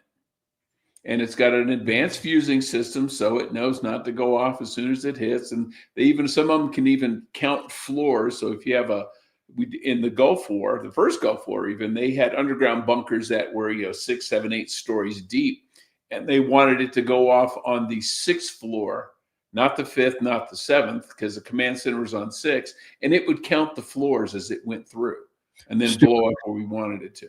Stupid question. What's a paveway? A paveway is a laser guided bomb, or it can now they're GPS guided bomb. And what a paveway kit is they took an old 2,000-pound dumb bomb, same things we dropped in World War II, and you put a paveway kit on the tail section, and then there's a sensor in the nose, and you laser designate someone with the laser version. It's detected in the nose. It sends information to the tail fins, and it will steer itself to hit exactly where that laser is. And that's what they do. Now, some of these may be GPS, but they can jam GPS. So I don't know what they used in Iran. It may be a combination of both. But if you use laser, you got to have someone there to designate it, either a drone, another aircraft. Gotcha. GPS, it just follows its GPS coordinates and goes.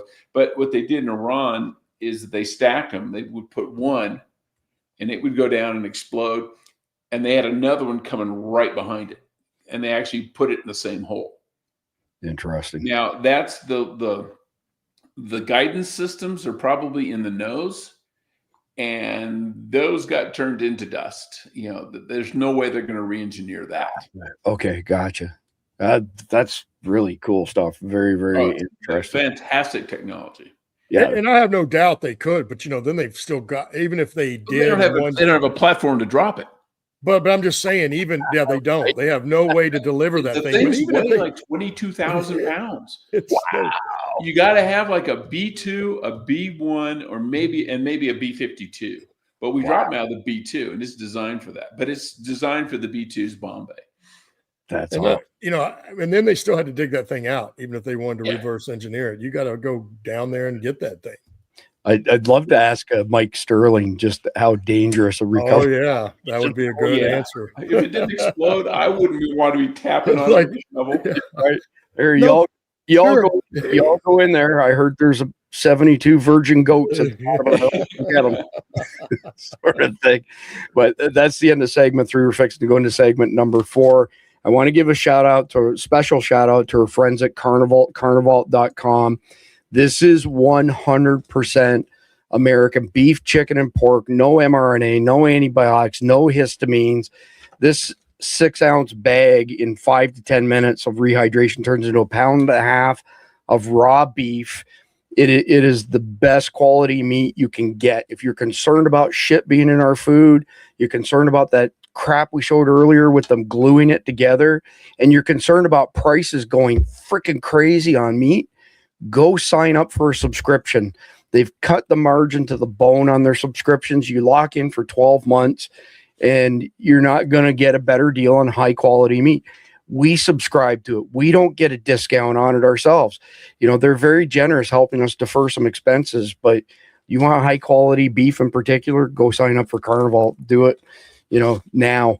And while you're getting stuff, make sure you go get some Wasatch Wagyu jerky. I make sandwiches out of this. My wife puts it on charcuterie boards. The ghost pepper, this one here, Jeff ate one on air last week and didn't even have to have a drink of water afterwards. Hats off to him. He's a tough guy. But this is the most supple, easy to eat jerky you've ever had, bar none. It's all good stuff, 13 flavors, except for the dill pickle. Dill pickle is terrible. I told Greg, I will bear that cross. I will eat all the dill pickle. Y'all can have everything else. And I'm going to put some links and discount codes in the live chat here in 2 seconds. Let's get into segment number 4, which is titled Wrapping Up Our Solo Run on Top. So as the dust settles from the attacks and it becomes clear that our hold on calling the shots worldwide is slipping, with other big players stepping up and not waiting for our okay anymore, basically. The hits at that point in time, my prediction is that they will probably reveal that we have spread ourselves too thin around the globe. And that's probably going to force us to recall resources and personnel from these far off spots back here. And when we do that, it's like Randy said, give them an inch, they'll take a mile. Essentially, China, Russia, they will move in any, power voids that we leave. And, they say that nations are good for 250 years, give or take. Well, ironically enough, right? This is year number 250 for us. And at the end of the day, I think that there's a very high probability post 9/11 2.0 that it becomes the end of our time, our era of running the show alone, being the only global superpower. And then we have to figure out, how do we move forwards from there? I can't remember who it was. You guys might remember. Somebody recently said, that they could see post 9/11 2.0 basically being the Western Hemisphere versus the rest of the world. And that's one of the reasons Trump is going so hard after essentially land here in the Western Hemisphere and getting rid of things like Cuba. Cuba has all these drones that can hit all over the lower 48. We covered it last week. It's kind of scary stuff. But Jeff, I'll go to you first on this.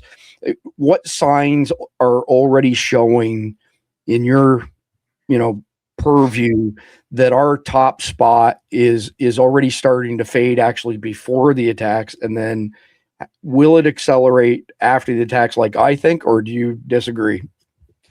Well, I disagree to a point because, we can, it'll affect us, it'll hurt our economy, etc. But for you to no longer be the top dog, someone else has to be the top dog. And I don't think anyone's in a position to do that, really. China is in the best position, but their economy, especially if you look at the real numbers behind their economy, it's not growing as fast as they want it to, or as they say it is. They have a huge problem with domestic debt. They have a huge problem with manufacturing. They're a manufacturing export-driven economy. And they've been cheating on their exports, and they're getting caught, and so that's going to an end. They would, they have tariffs, so then they would export to Vietnam and then sell it as a Vietnamese product. But we're catching on to that and saying, yeah, we're not doing that. They tried to do it through Canada, and Trump caught them at that and says, yeah, we'll just put tariffs on everything coming out of Canada. So Canada goes, yeah, we're not going to do that. In addition, they have a huge demographic problem. And if you look at the numbers, there are different numbers that come out, but they could actually have a population below 700 million by the end of the century because they're shrinking. Their population is shrinking, but their aged population is growing. So they're going from 4 workers per retiree to 1 to 1.2 workers per retiree. And that's destroying their economy. And so if you don't have a good economy, you can't have a good military. I don't mean to interrupt, but right on that point that you're discussing, what do you make of this Chinese lady who escaped and is, kind of a whistleblower of sorts, saying that the population of China is already under 500 million? Yeah. Well, no, well, I don't believe that. I mean, I think they're, everybody says, nah, they're higher than that. They say it's 1.4. They think it's really more like 1.3, maybe even below 1.3. And people the way they're doing is, the Chinese will tell you stuff, but they don't put it all in one place. And a lot of it's in Chinese, so it's really hard to collate.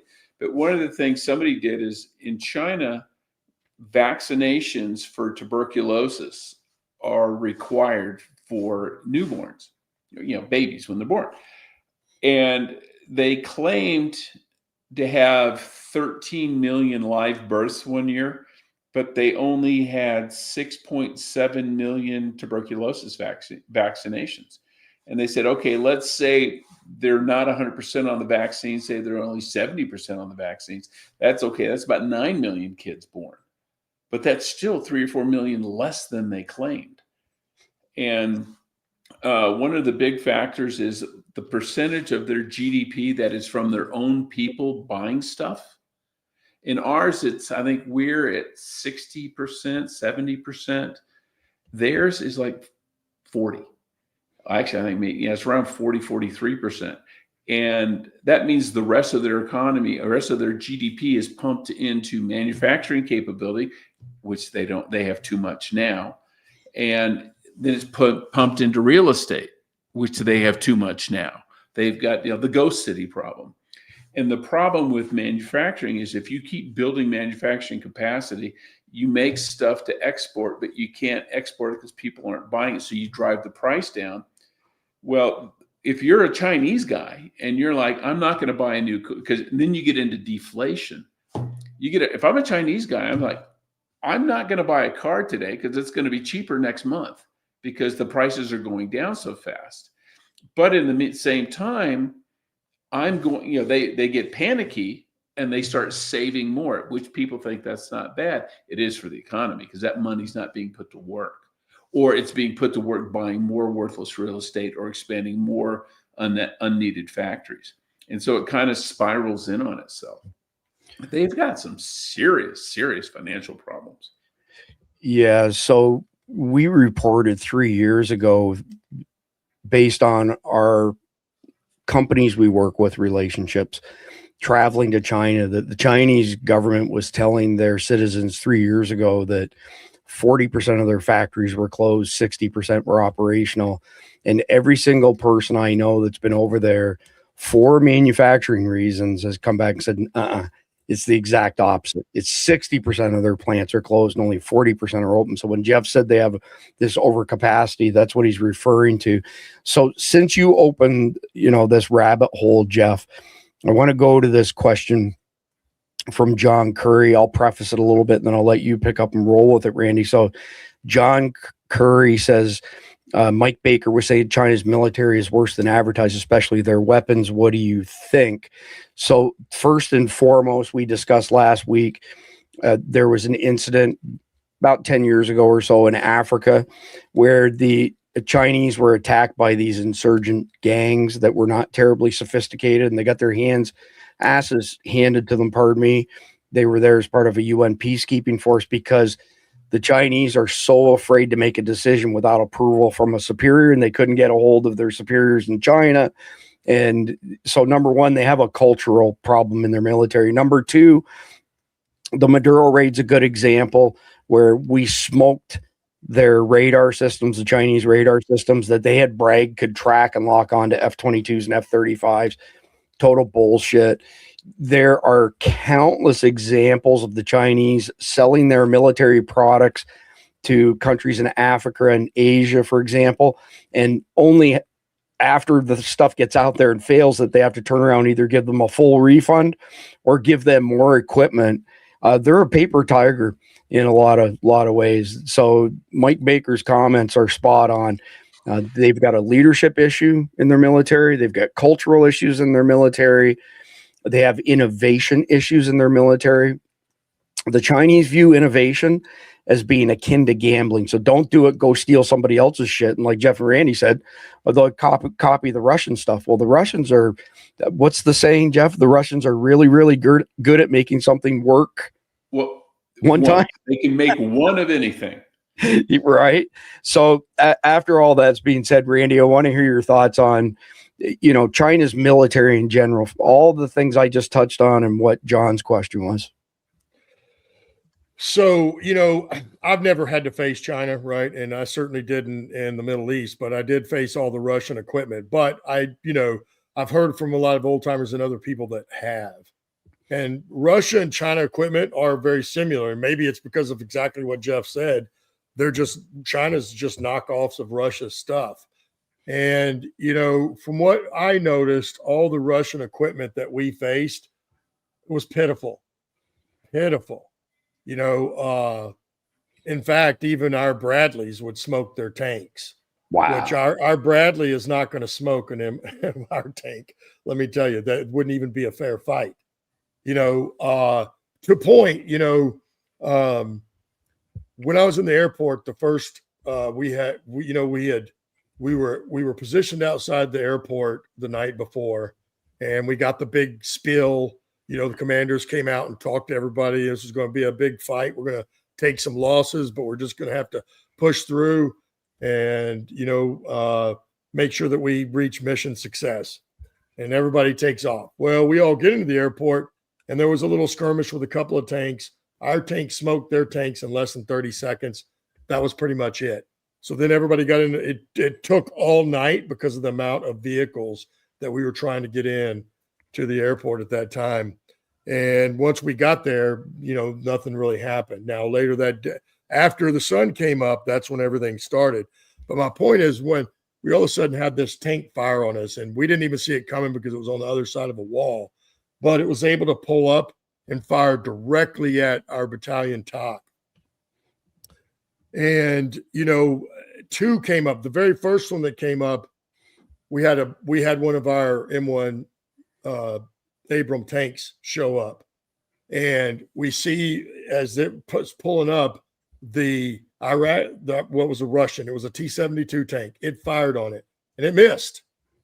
And the first thing, and I'd never seen this before because ours Certainly our newer ones don't do that. I don't know if we did in World War II or not, but all of a sudden I watched this T-72, the whole turret had to come all the way up like this. And so each time it fired, that's what it had to do to unload and then reload. This thing's turret had to be raised all the way up and then all the way back down. I think when it was all the way up is when they would unload it and load it and then stick it back down. Not sure for sure if that was the sequence or not, but I know between each shot, that's what it had to do. And, you know, in the middle of that, it showed, we see our tank sweep around, and it actually missed the first shot too. But we're all watching this guy through binos, and we could see the guy, the driver of the T-72 tank. We could see his face and his eyes. And when our tank fired that second round, right after it fired the first round, and the turret didn't come up and down, it was like bonk, and then bonk. You saw his eyes get real big, and that's the last thing that ever happened because that tank blew up right after that. But I saw M1A, we saw our Bradleys that smoked some of those T-72 tanks. And so my point to that whole thing is, and the BMPs they had, the things that were less than tanks, like Bradleys or like tracks that we have, were seriously deficient. They were, I mean, from all of our equipment, and certainly, you know, what's the slow plane? Boy, I tell you, man, there's some timers, and I think some of it's from the head injury, but you know, the A-10, it would come through and you see it shooting these vehicles, and you see stuff spraying out the other side where the rounds are going all the way through them and stuff coming out the other side of them. So in my opinion, just from I saw the Russian equipment, and again, that's very comparable to the Chinese equipment because both of them are communist nations. Both of them, their populations are oppressed and nobody's happy there. And then they're forced to work for whatever they get paid, and they have very little.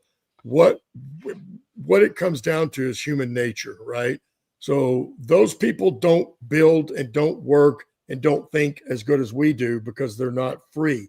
Believe it or not, that is a fact. People are happier here. So, well, we'll say historically. Let's not talk about today's time. Let's say the America that we know, the real Americans, real America that's been around for a long time. We were very strong. We are more innovative. We're more industrious. We're better at it. We build better, stronger, more longer lasting products. It's just a fact. And I think, you know, when you look at that, then also we can compare the thing I brought up the other night in 2017, when 225 Russian contractors, supposed to be all badasses, attacked one of our locations in Syria. Now, unfortunately for them, there was tier 1 element folks in that place, and they smoked all 225 of those Russians. My point to that is their tactics suck, their equipment sucks, and really the only thing that they have that both of those countries do is they're more than willing to throw millions and millions of lives at the problem and not even bat an eye at it. That's what they have better than us. Now, when it comes to the internet and hacking and some other stuff, different story. But on the ground, boots, tactics, infantry tactics, and equipment, they absolutely suck. I appreciate that in-depth explanation, Randy. Thank you, Jason, for the tip. Not necessary. You're such a generous guy, but nonetheless, thank you. Jeff, before we go to the final segment 5, can you pick up where Randy left off as far as why the Russian equipment is typically not in a good state when it gets called upon to be used because of people signing off on stuff so that they don't get, you know, demoted or get in trouble, and how it's all kind of a paper card house sort of thing? Yeah, that was the Russians, or I should say in the Soviet days, is they had quotas and they were expected to make their quotas. And by God, they made their quotas, whether they actually filled them or not. On paper, they made their quotas. And, you know, there's no incentives there. I mean, you work, you go, and then, you know, and when you have a quota system like that, you have a guy who hits his quota at 10 o'clock. he would quit working at 10 a.m. because if he kept working and exceeded his quota, all of his coworkers would be pissed at him because they say now they expect us to do that too. Oh, wow. And the other thing, the Russians, they are not big on maintenance. They build something, but man, they're not really good at maintaining them. And that's not just a Russian problem. That's around the world. We would sell advanced weapons to countries in the Middle East, and maybe these are, surface to air missiles or air to surface missiles, and they had batteries in them because they're electronics that had to be powered up when the thing's in flight. Well, if you don't change the batteries when they go bad, when you fire the missile, you're dropping basically a gravity bomb, and it's a practice bomb because it doesn't blow up when it hits the ground. It's expensive when you're talking about $250,000 anti-tank missile. But the Russians, they used to fly their jets. They would indicate that they are activating their de-icing system. And then when they would land, they would drain the de-icing system, which was based on grain alcohol, and then drink it. And then to the point where they would dummy the flights altogether. And to make sure everything looked right on paper, they would pour 1,000 gallons worth of aviation fuel onto the ground, so they could claim that they flew a mission and that they activated their de-icer so they could drink the de-icing fluid. That's insane. And we had that from a defector who says, "Oh yeah, I saw it all the time." Wow, that's crazy. So quick audience poll as I take us into segment number 5. If y'all love hearing Randy's stories from overseas in theaters of war, put a 1 in the live chat, because it's some pretty fascinating stuff from where I sit, and I'm pretty sure there's going to be a whole lot of 1s. But that's the audience poll as we move into segment 5. Put a 1 in the live chat if you love Randy's war stories.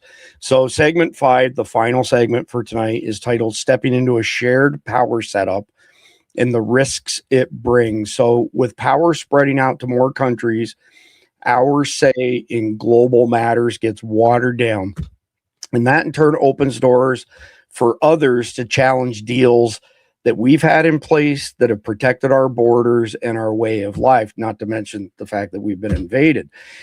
Rivals will then, build their own teams and, edge us out of key talks essentially, and put pressure on our freedom to act without checking in with groups that just flat out don't share our views. Like, in other words, getting permission from people to go do things that we've never asked for permission to do because we've always been the 800-pound gorilla in the room. So this new balance that is likely to happen post 9/11 2.0 will chip away at the things that make us strong, like, open trade, alliances, unless we play smart and keep our core interests safe amongst all this global chaos.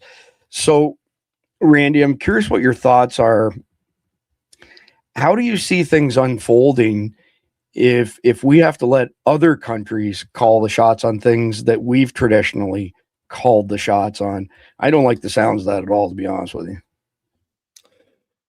Well, I was going to one caveat on the last one, which Jeff was talking about, because as me mentioned, when they cut money, when you don't have any money, you cut training, but sustainment is one of those things that you also cut. And we are the best at sustainment as far as military wise and all our equipment. No other nation spends the amount of money we do on sustainment. And so that's all I had to say about that. So what was the question? My bad. Yeah, no problem, Randy. I want to know what your thoughts are on, other countries calling the shots. Oh man, that we would historically. I don't know how we would do that. I don't know how we would do that. It's no different than when you're at the boss at a company and for some reason you have to step down. You don't get to stay. You don't now, oh, can I be the vice president? Because it just doesn't work that way. You know what I mean? There's always going to be some sort of contention.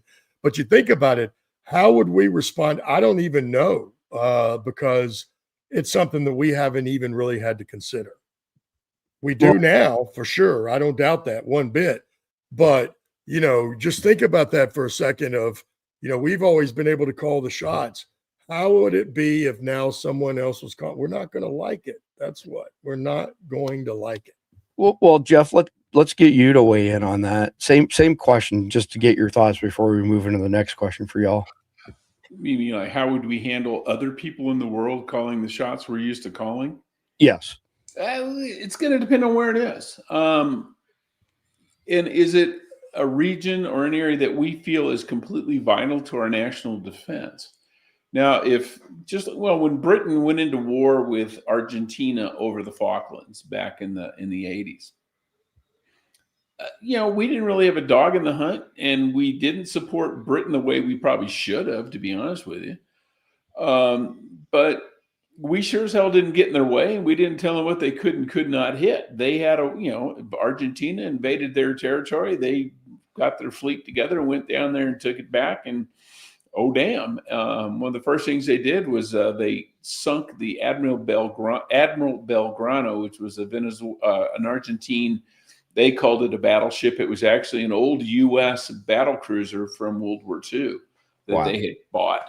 And man, they put 2 torpedoes in that sucker and put him to the bottom right quick. And the only thing I ever heard was there were some American sailors who had sailed on it when it was our ship and went, damn, man, I spent 3 years on that thing, but it's not ours anymore. All right. Well, what about the other end of the spectrum? What that really matters? I mean, we're not. Oh, yeah. Like if China we're not going to take like over Venezuela. Yeah, them's fighting words, man. So now that you opened, the discussion to Great Britain, a question for both of you: our relationships with our traditional allies, like NATO countries, has gone to hell in a handbasket. We talked about how the Five Eyes countries don't want to share intel with us anymore. How does that play out post 9/11 2.0 as far as being a world superpower is concerned? Either one of you can take first stab. Go ahead, Jeff. I don't think it really it affects us in that, it's always good to have friends and capabilities and stuff, but does our life depend on it? No. It helps us, but it helps them a hell of a lot more than it helps us. It's like, the big kid and his little friend. The big kid doesn't need the little friend to keep from getting beaten up, but the little friend may need the big friend to keep from getting beat up. Well, let me need the little guy to help you with their homework, but that's about it. Well, okay. Well, let me throw something into the mix here for both of you to consider. So Canada was one of the Five Eyes countries, NATO partner, and they are now allowing, co-policing with Chinese law enforcement. They've flooded their country with third worlders from around the entire world. And it's the longest undefended border in the entire world with some very remote sections to it.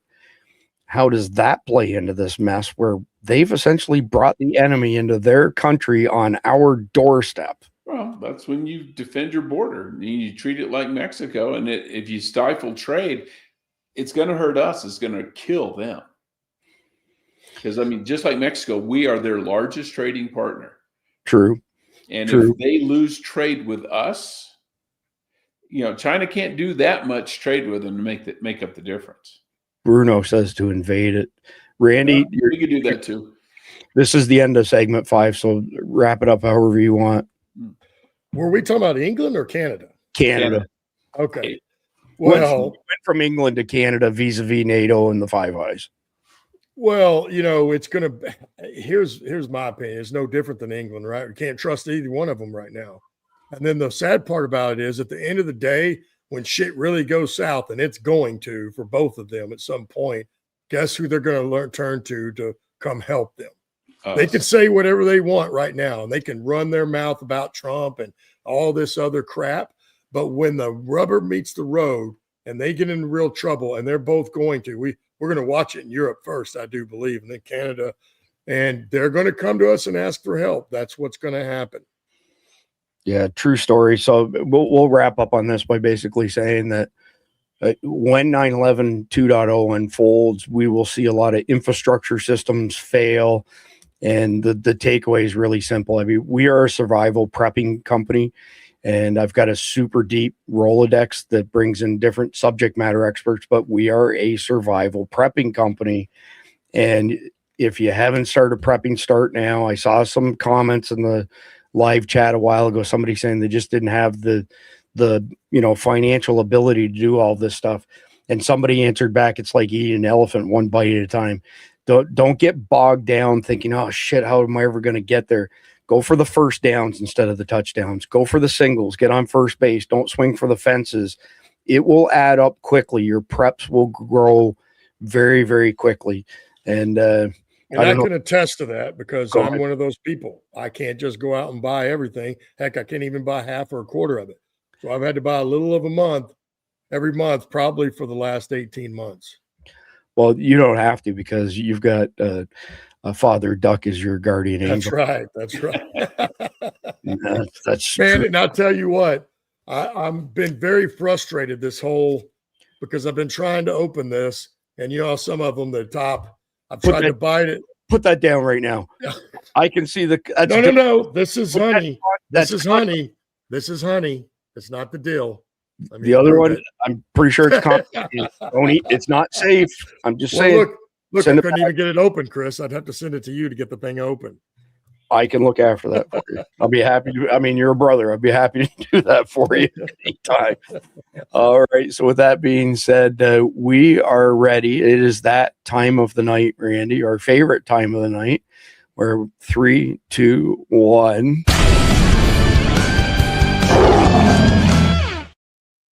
All right, so this guy here from Australia is the Carnival hero of the night.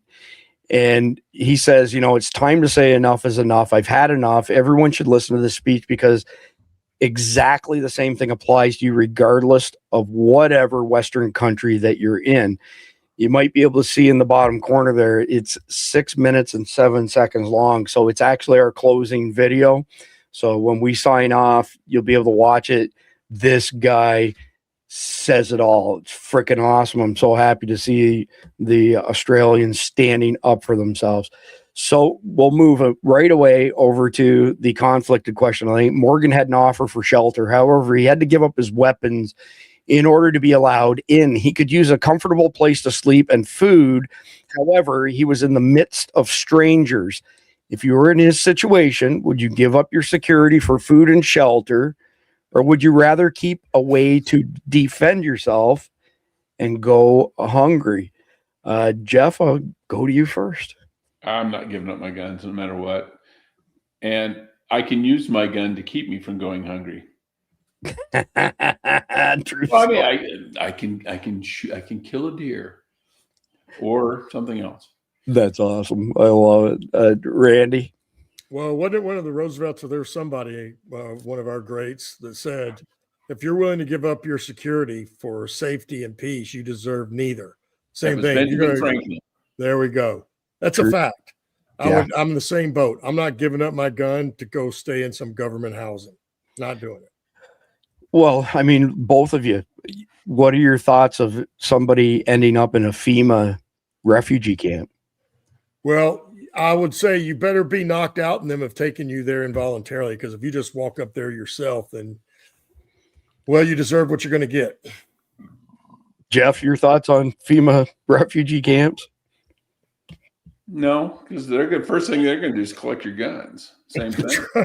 Yes, they are. I like Jeff's one answer. No.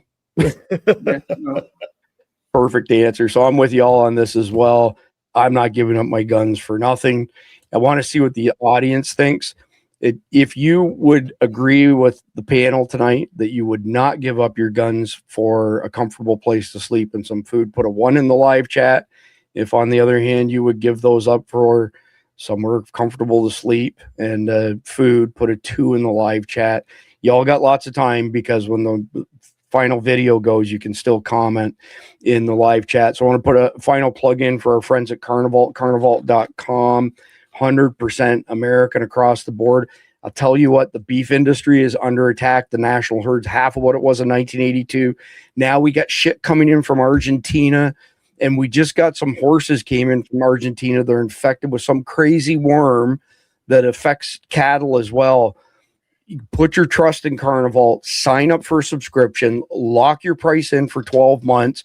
I'm telling you, you will thank yourself 1,000 times over. It's a 25-year shelf life, but you know what? you don't have to let it sit on the shelf for 25 years. I know a bunch of people already. They put one on the shelf, they eat the other one. They get another, month subscription. They put one on the shelf, they eat the next one. High grade protein, all American. And of course, can't forget our friends at wasatchwagyu.com. So if you go to their jerky page, you're going to see that there's some new bundles in here. And there's one that's $49 and there's one that's $99. Nobody has the discount that Survival Dispatch has. SD25 gets you 25% off. I put it in the live chat for both Carnival and Wasatch Wagyu. Best jerky in the dang world, 25% off. Nobody else gets that. Greg will probably surprise you with something extra in your package. I'll leave that up to him, but you can't beat it with a stick. I mean, I'm pretty much turning into a Wagyu cow these days. I'm afraid to go near the scales. When we were at the airport, I stepped on. I was like, God damn it! I'm back up over 225. I'm probably about 240 right now. Not a word of a lie. So, 275 was my maximum weight, and I definitely don't want to get back there because I don't have any pants that fit me at that size. The waist was as wide as the legs were long when I was that big. But anyway, with that being said, tomorrow night, special guest. Carmen Maria running for U.S. Congress in Texas, which, by the way, and it's not hard to believe seeing the picture, she was Miss Venezuela, by the way. And so she lived through communism in Venezuela, saw it destroy the country, fled to America, and she is fighting tooth and nail to stop communism from wrecking our country. It'll just be Carmen and me tomorrow night. Who's she going to unseat? What seat is she running for? So I want to say it's the 58th district, if memory serves me right. She's in Harris County. So what my point is, who has it right now? Do you know? Honestly, I don't know. I'm sure she'll share that with us. Yeah. All right. So, by the way, she migrated to the United States 37 years ago. I mean, she loves this country. She loves America. And I'm really looking forward to getting her firsthand perspective on just, how bad. Well, we know how it ends, right? In Venezuela, we've seen how it ends, and it's so good. Yeah. But she'll be on tomorrow night. Jeff and I will be back a Wednesday night, next episode in our Long Wars series. Mike Glover, Jake Lang. Yes, that Jake Lang will be the three of us on Thursday night discussing Religious Wars Reborn. And then Friday, we'll be back to the Long War. It'll either be me by myself or potentially somebody else from the crew because Jeff and Randy are tied up. We got Jason Hansen coming back, former CIA. He's an incredible prepper out of Utah. Y'all may know him. Just look up Jason Hansen, former CIA officer. He knows his shit when it comes to prepping and surviving. I don't know. Those CIA guys are kind of sketchy. Well, they are. I wouldn't trust. So let's end on this because this is a true story, Jeff. I don't know why this thought crossed my mind earlier today. I know 4 people who are in the CIA that I trust, and I don't trust any of the other ones that I know. And 3 of them are in prison? No. One is Jeff. The other one is Don Mann, and I'm wearing a shirt from his show that we've all been part of. So you got Jeff MD, Don Mann, Jason Hansen, and Mike so Glover. those All 3. right, okay. Hold on. Those 3 were all badged employees, and then you've got Mike Glover, who is it GRS? Is that what they're called? GRS is a badged employee. Oh, I thought they were contractors. Well, they can't be, but if he was GRS, if he was Global Response Staff, he could have been very well been a Blue Badger, which is staff. I thought what color his badge was. Yeah, I will. I'll be talking to him tomorrow. Okay. But I know a whole bunch of other people have been in the CIA. Those 4 are the only ones that I trust, to be quite honest. That's it. Don't trust any. There you go. So we're coming directly from the CIA themselves. I mean, what more do you need for evidence on that one? So I just checked the bottom corner here. I'm not going to screw up the closing video like I did last night on the Sea Heaven show. The one from last night, we'll play it tomorrow night or the next night because it's actually a really good one. And yeah, I forgot to set the switch. Shame on me, but it was late Sunday night. But, God bless our law enforcement officers out there. Yeah. God bless our troops always. And God bless America. God bless America. Thank you, Father Duck, and love all you guys. Thank you all. Good night, everybody. Enjoy the closing video. This one's a good. Finally say enough is enough. I've had enough of being told that my homeland, my birthright, does not belong to me. I've had enough of watching people whose ancestors did not cultivate this land, did not build this land, did not die for this land, telling me that I am an illegitimate resident of my own country. I've had enough of watching the beautiful streets and landmarks of this country, which is my country and your country and my and your birthright, daily and weekly being sullied, defamed, denigrated, despised, demonized and trashed, and, as the left are so fond of saying, disrespected. You do not have the right to accept my hospitality. You do not have the right to accept my generosity, accept my freedoms and accept my tolerance, and then turn around and spit in my face, literally or even figuratively. You don't. You really don't. I've had enough of knowing that if I send my children or grandchildren to our schools or universities, they will be indoctrinated with poisonous, toxic, Marxist teachings designed to drive them into despair and to drive them into hatred of their wonderful culture, their heritage, their history, and their birthright. I've had enough of switching on the telly to be harangued and harassed about my background, my upbringing, and my beliefs. I've had enough of being embarrassed to say what I really think about the disappearance of the great Aussie larrikin spirit that once thrived in our suburbs, our supermarkets, at our bus stops, and in our servos. A community spirit that relied on no more than a wry comment, a thumbs up, or a knowing wink. I miss G'day Mate, I miss She'll Be Right, I miss Rack Off, I miss She's a Beaut Sort, I miss No Wuckins, I miss Ken Oath, I miss Mrs. Kafoops and her hydrangeas and her iced Vovo bickies. I've had enough of not speaking my mind, of choosing my words ever so carefully, of overthinking the potential meanings, of the potential offence my words might cause to some miserable galah. I've had enough of apologies, I've had enough of sorry. I've had enough of self-flagellating politicians and berating authorities. I've had enough of, you can't do this, and you can't do that, and the council says no to this, and the council says no to that. And I've had enough of, but on the other hand, and I've really had enough of, but you can't say that these days. I've had enough of pretending people who have certain sexual preferences or peccadillos are somehow magically lifted to a higher plane of morality. I've had enough of the dangerous and frequently grotesque mass self-delusions peddled to vulnerable young people in the name of progress, civil rights, and sexual self-identification. I've had enough of walking into bookshops and then walking out again because the shelves are crammed with turgid, woke drivel you wouldn't line the budgie cage with. I've had enough of feeling menaced and a stranger in suburbs and places I once happily walked through without a care in the world. And I've had enough of being told I must respect foreign values and alien practices that I have no time for. I've had enough of hearing lies and reading little placards full of woke BS in every museum and at every art gallery or exhibition I visit. I've had enough of random strangers on airlines, in town halls, and at otherwise enjoyable events force-feeding me a fabricated reverence for a nonsensical historical proposition built on a ritualized and largely invented ceremony. I've had enough of seeing my taxes, my money, squandered on a television and media empire full of loathsome presenters who clearly despise everything I stand for at the ABC. I've had enough of seeing my taxes, my money, squandered on the idiotic cult of climate extremism that is destroying the wealth and prosperity of the poorest people in this land.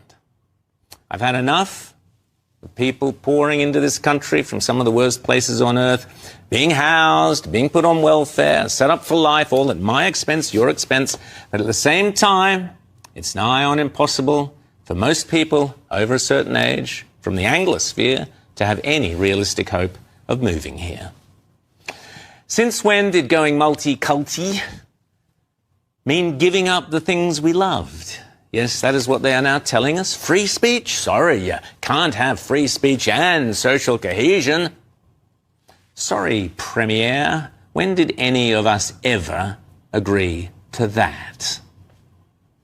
I've had enough of funding with my money, your money, modern arts and modern artists who gobble up massive grants and then spew out barely disguised, turgid political propaganda. Ugly, most of it as well. And true artists, true talent never gets a look in. I've had enough of tripping over empty bike lanes in our CBDs. I've had enough of councils flying flags with pink triangles on them. I've had enough of the stupidity that sees us kidding ourselves that the way to a secure energy future is by pushing water uphill. I've had enough of the idiocy that believes you save the Australian bush by destroying it. I've had enough of the hypocrisy, the humbug and the self-hatred that festers in this country, fueled by the institutional forces of the rabid left who have destroyed what was once so beautiful and so magnificent. This country. And finally, I've had enough. I really, truly, madly, deeply have had enough of this. Every single word of it. Is being funded and it's at the heart of what we refer to as the settler colony, the Australian settler colony.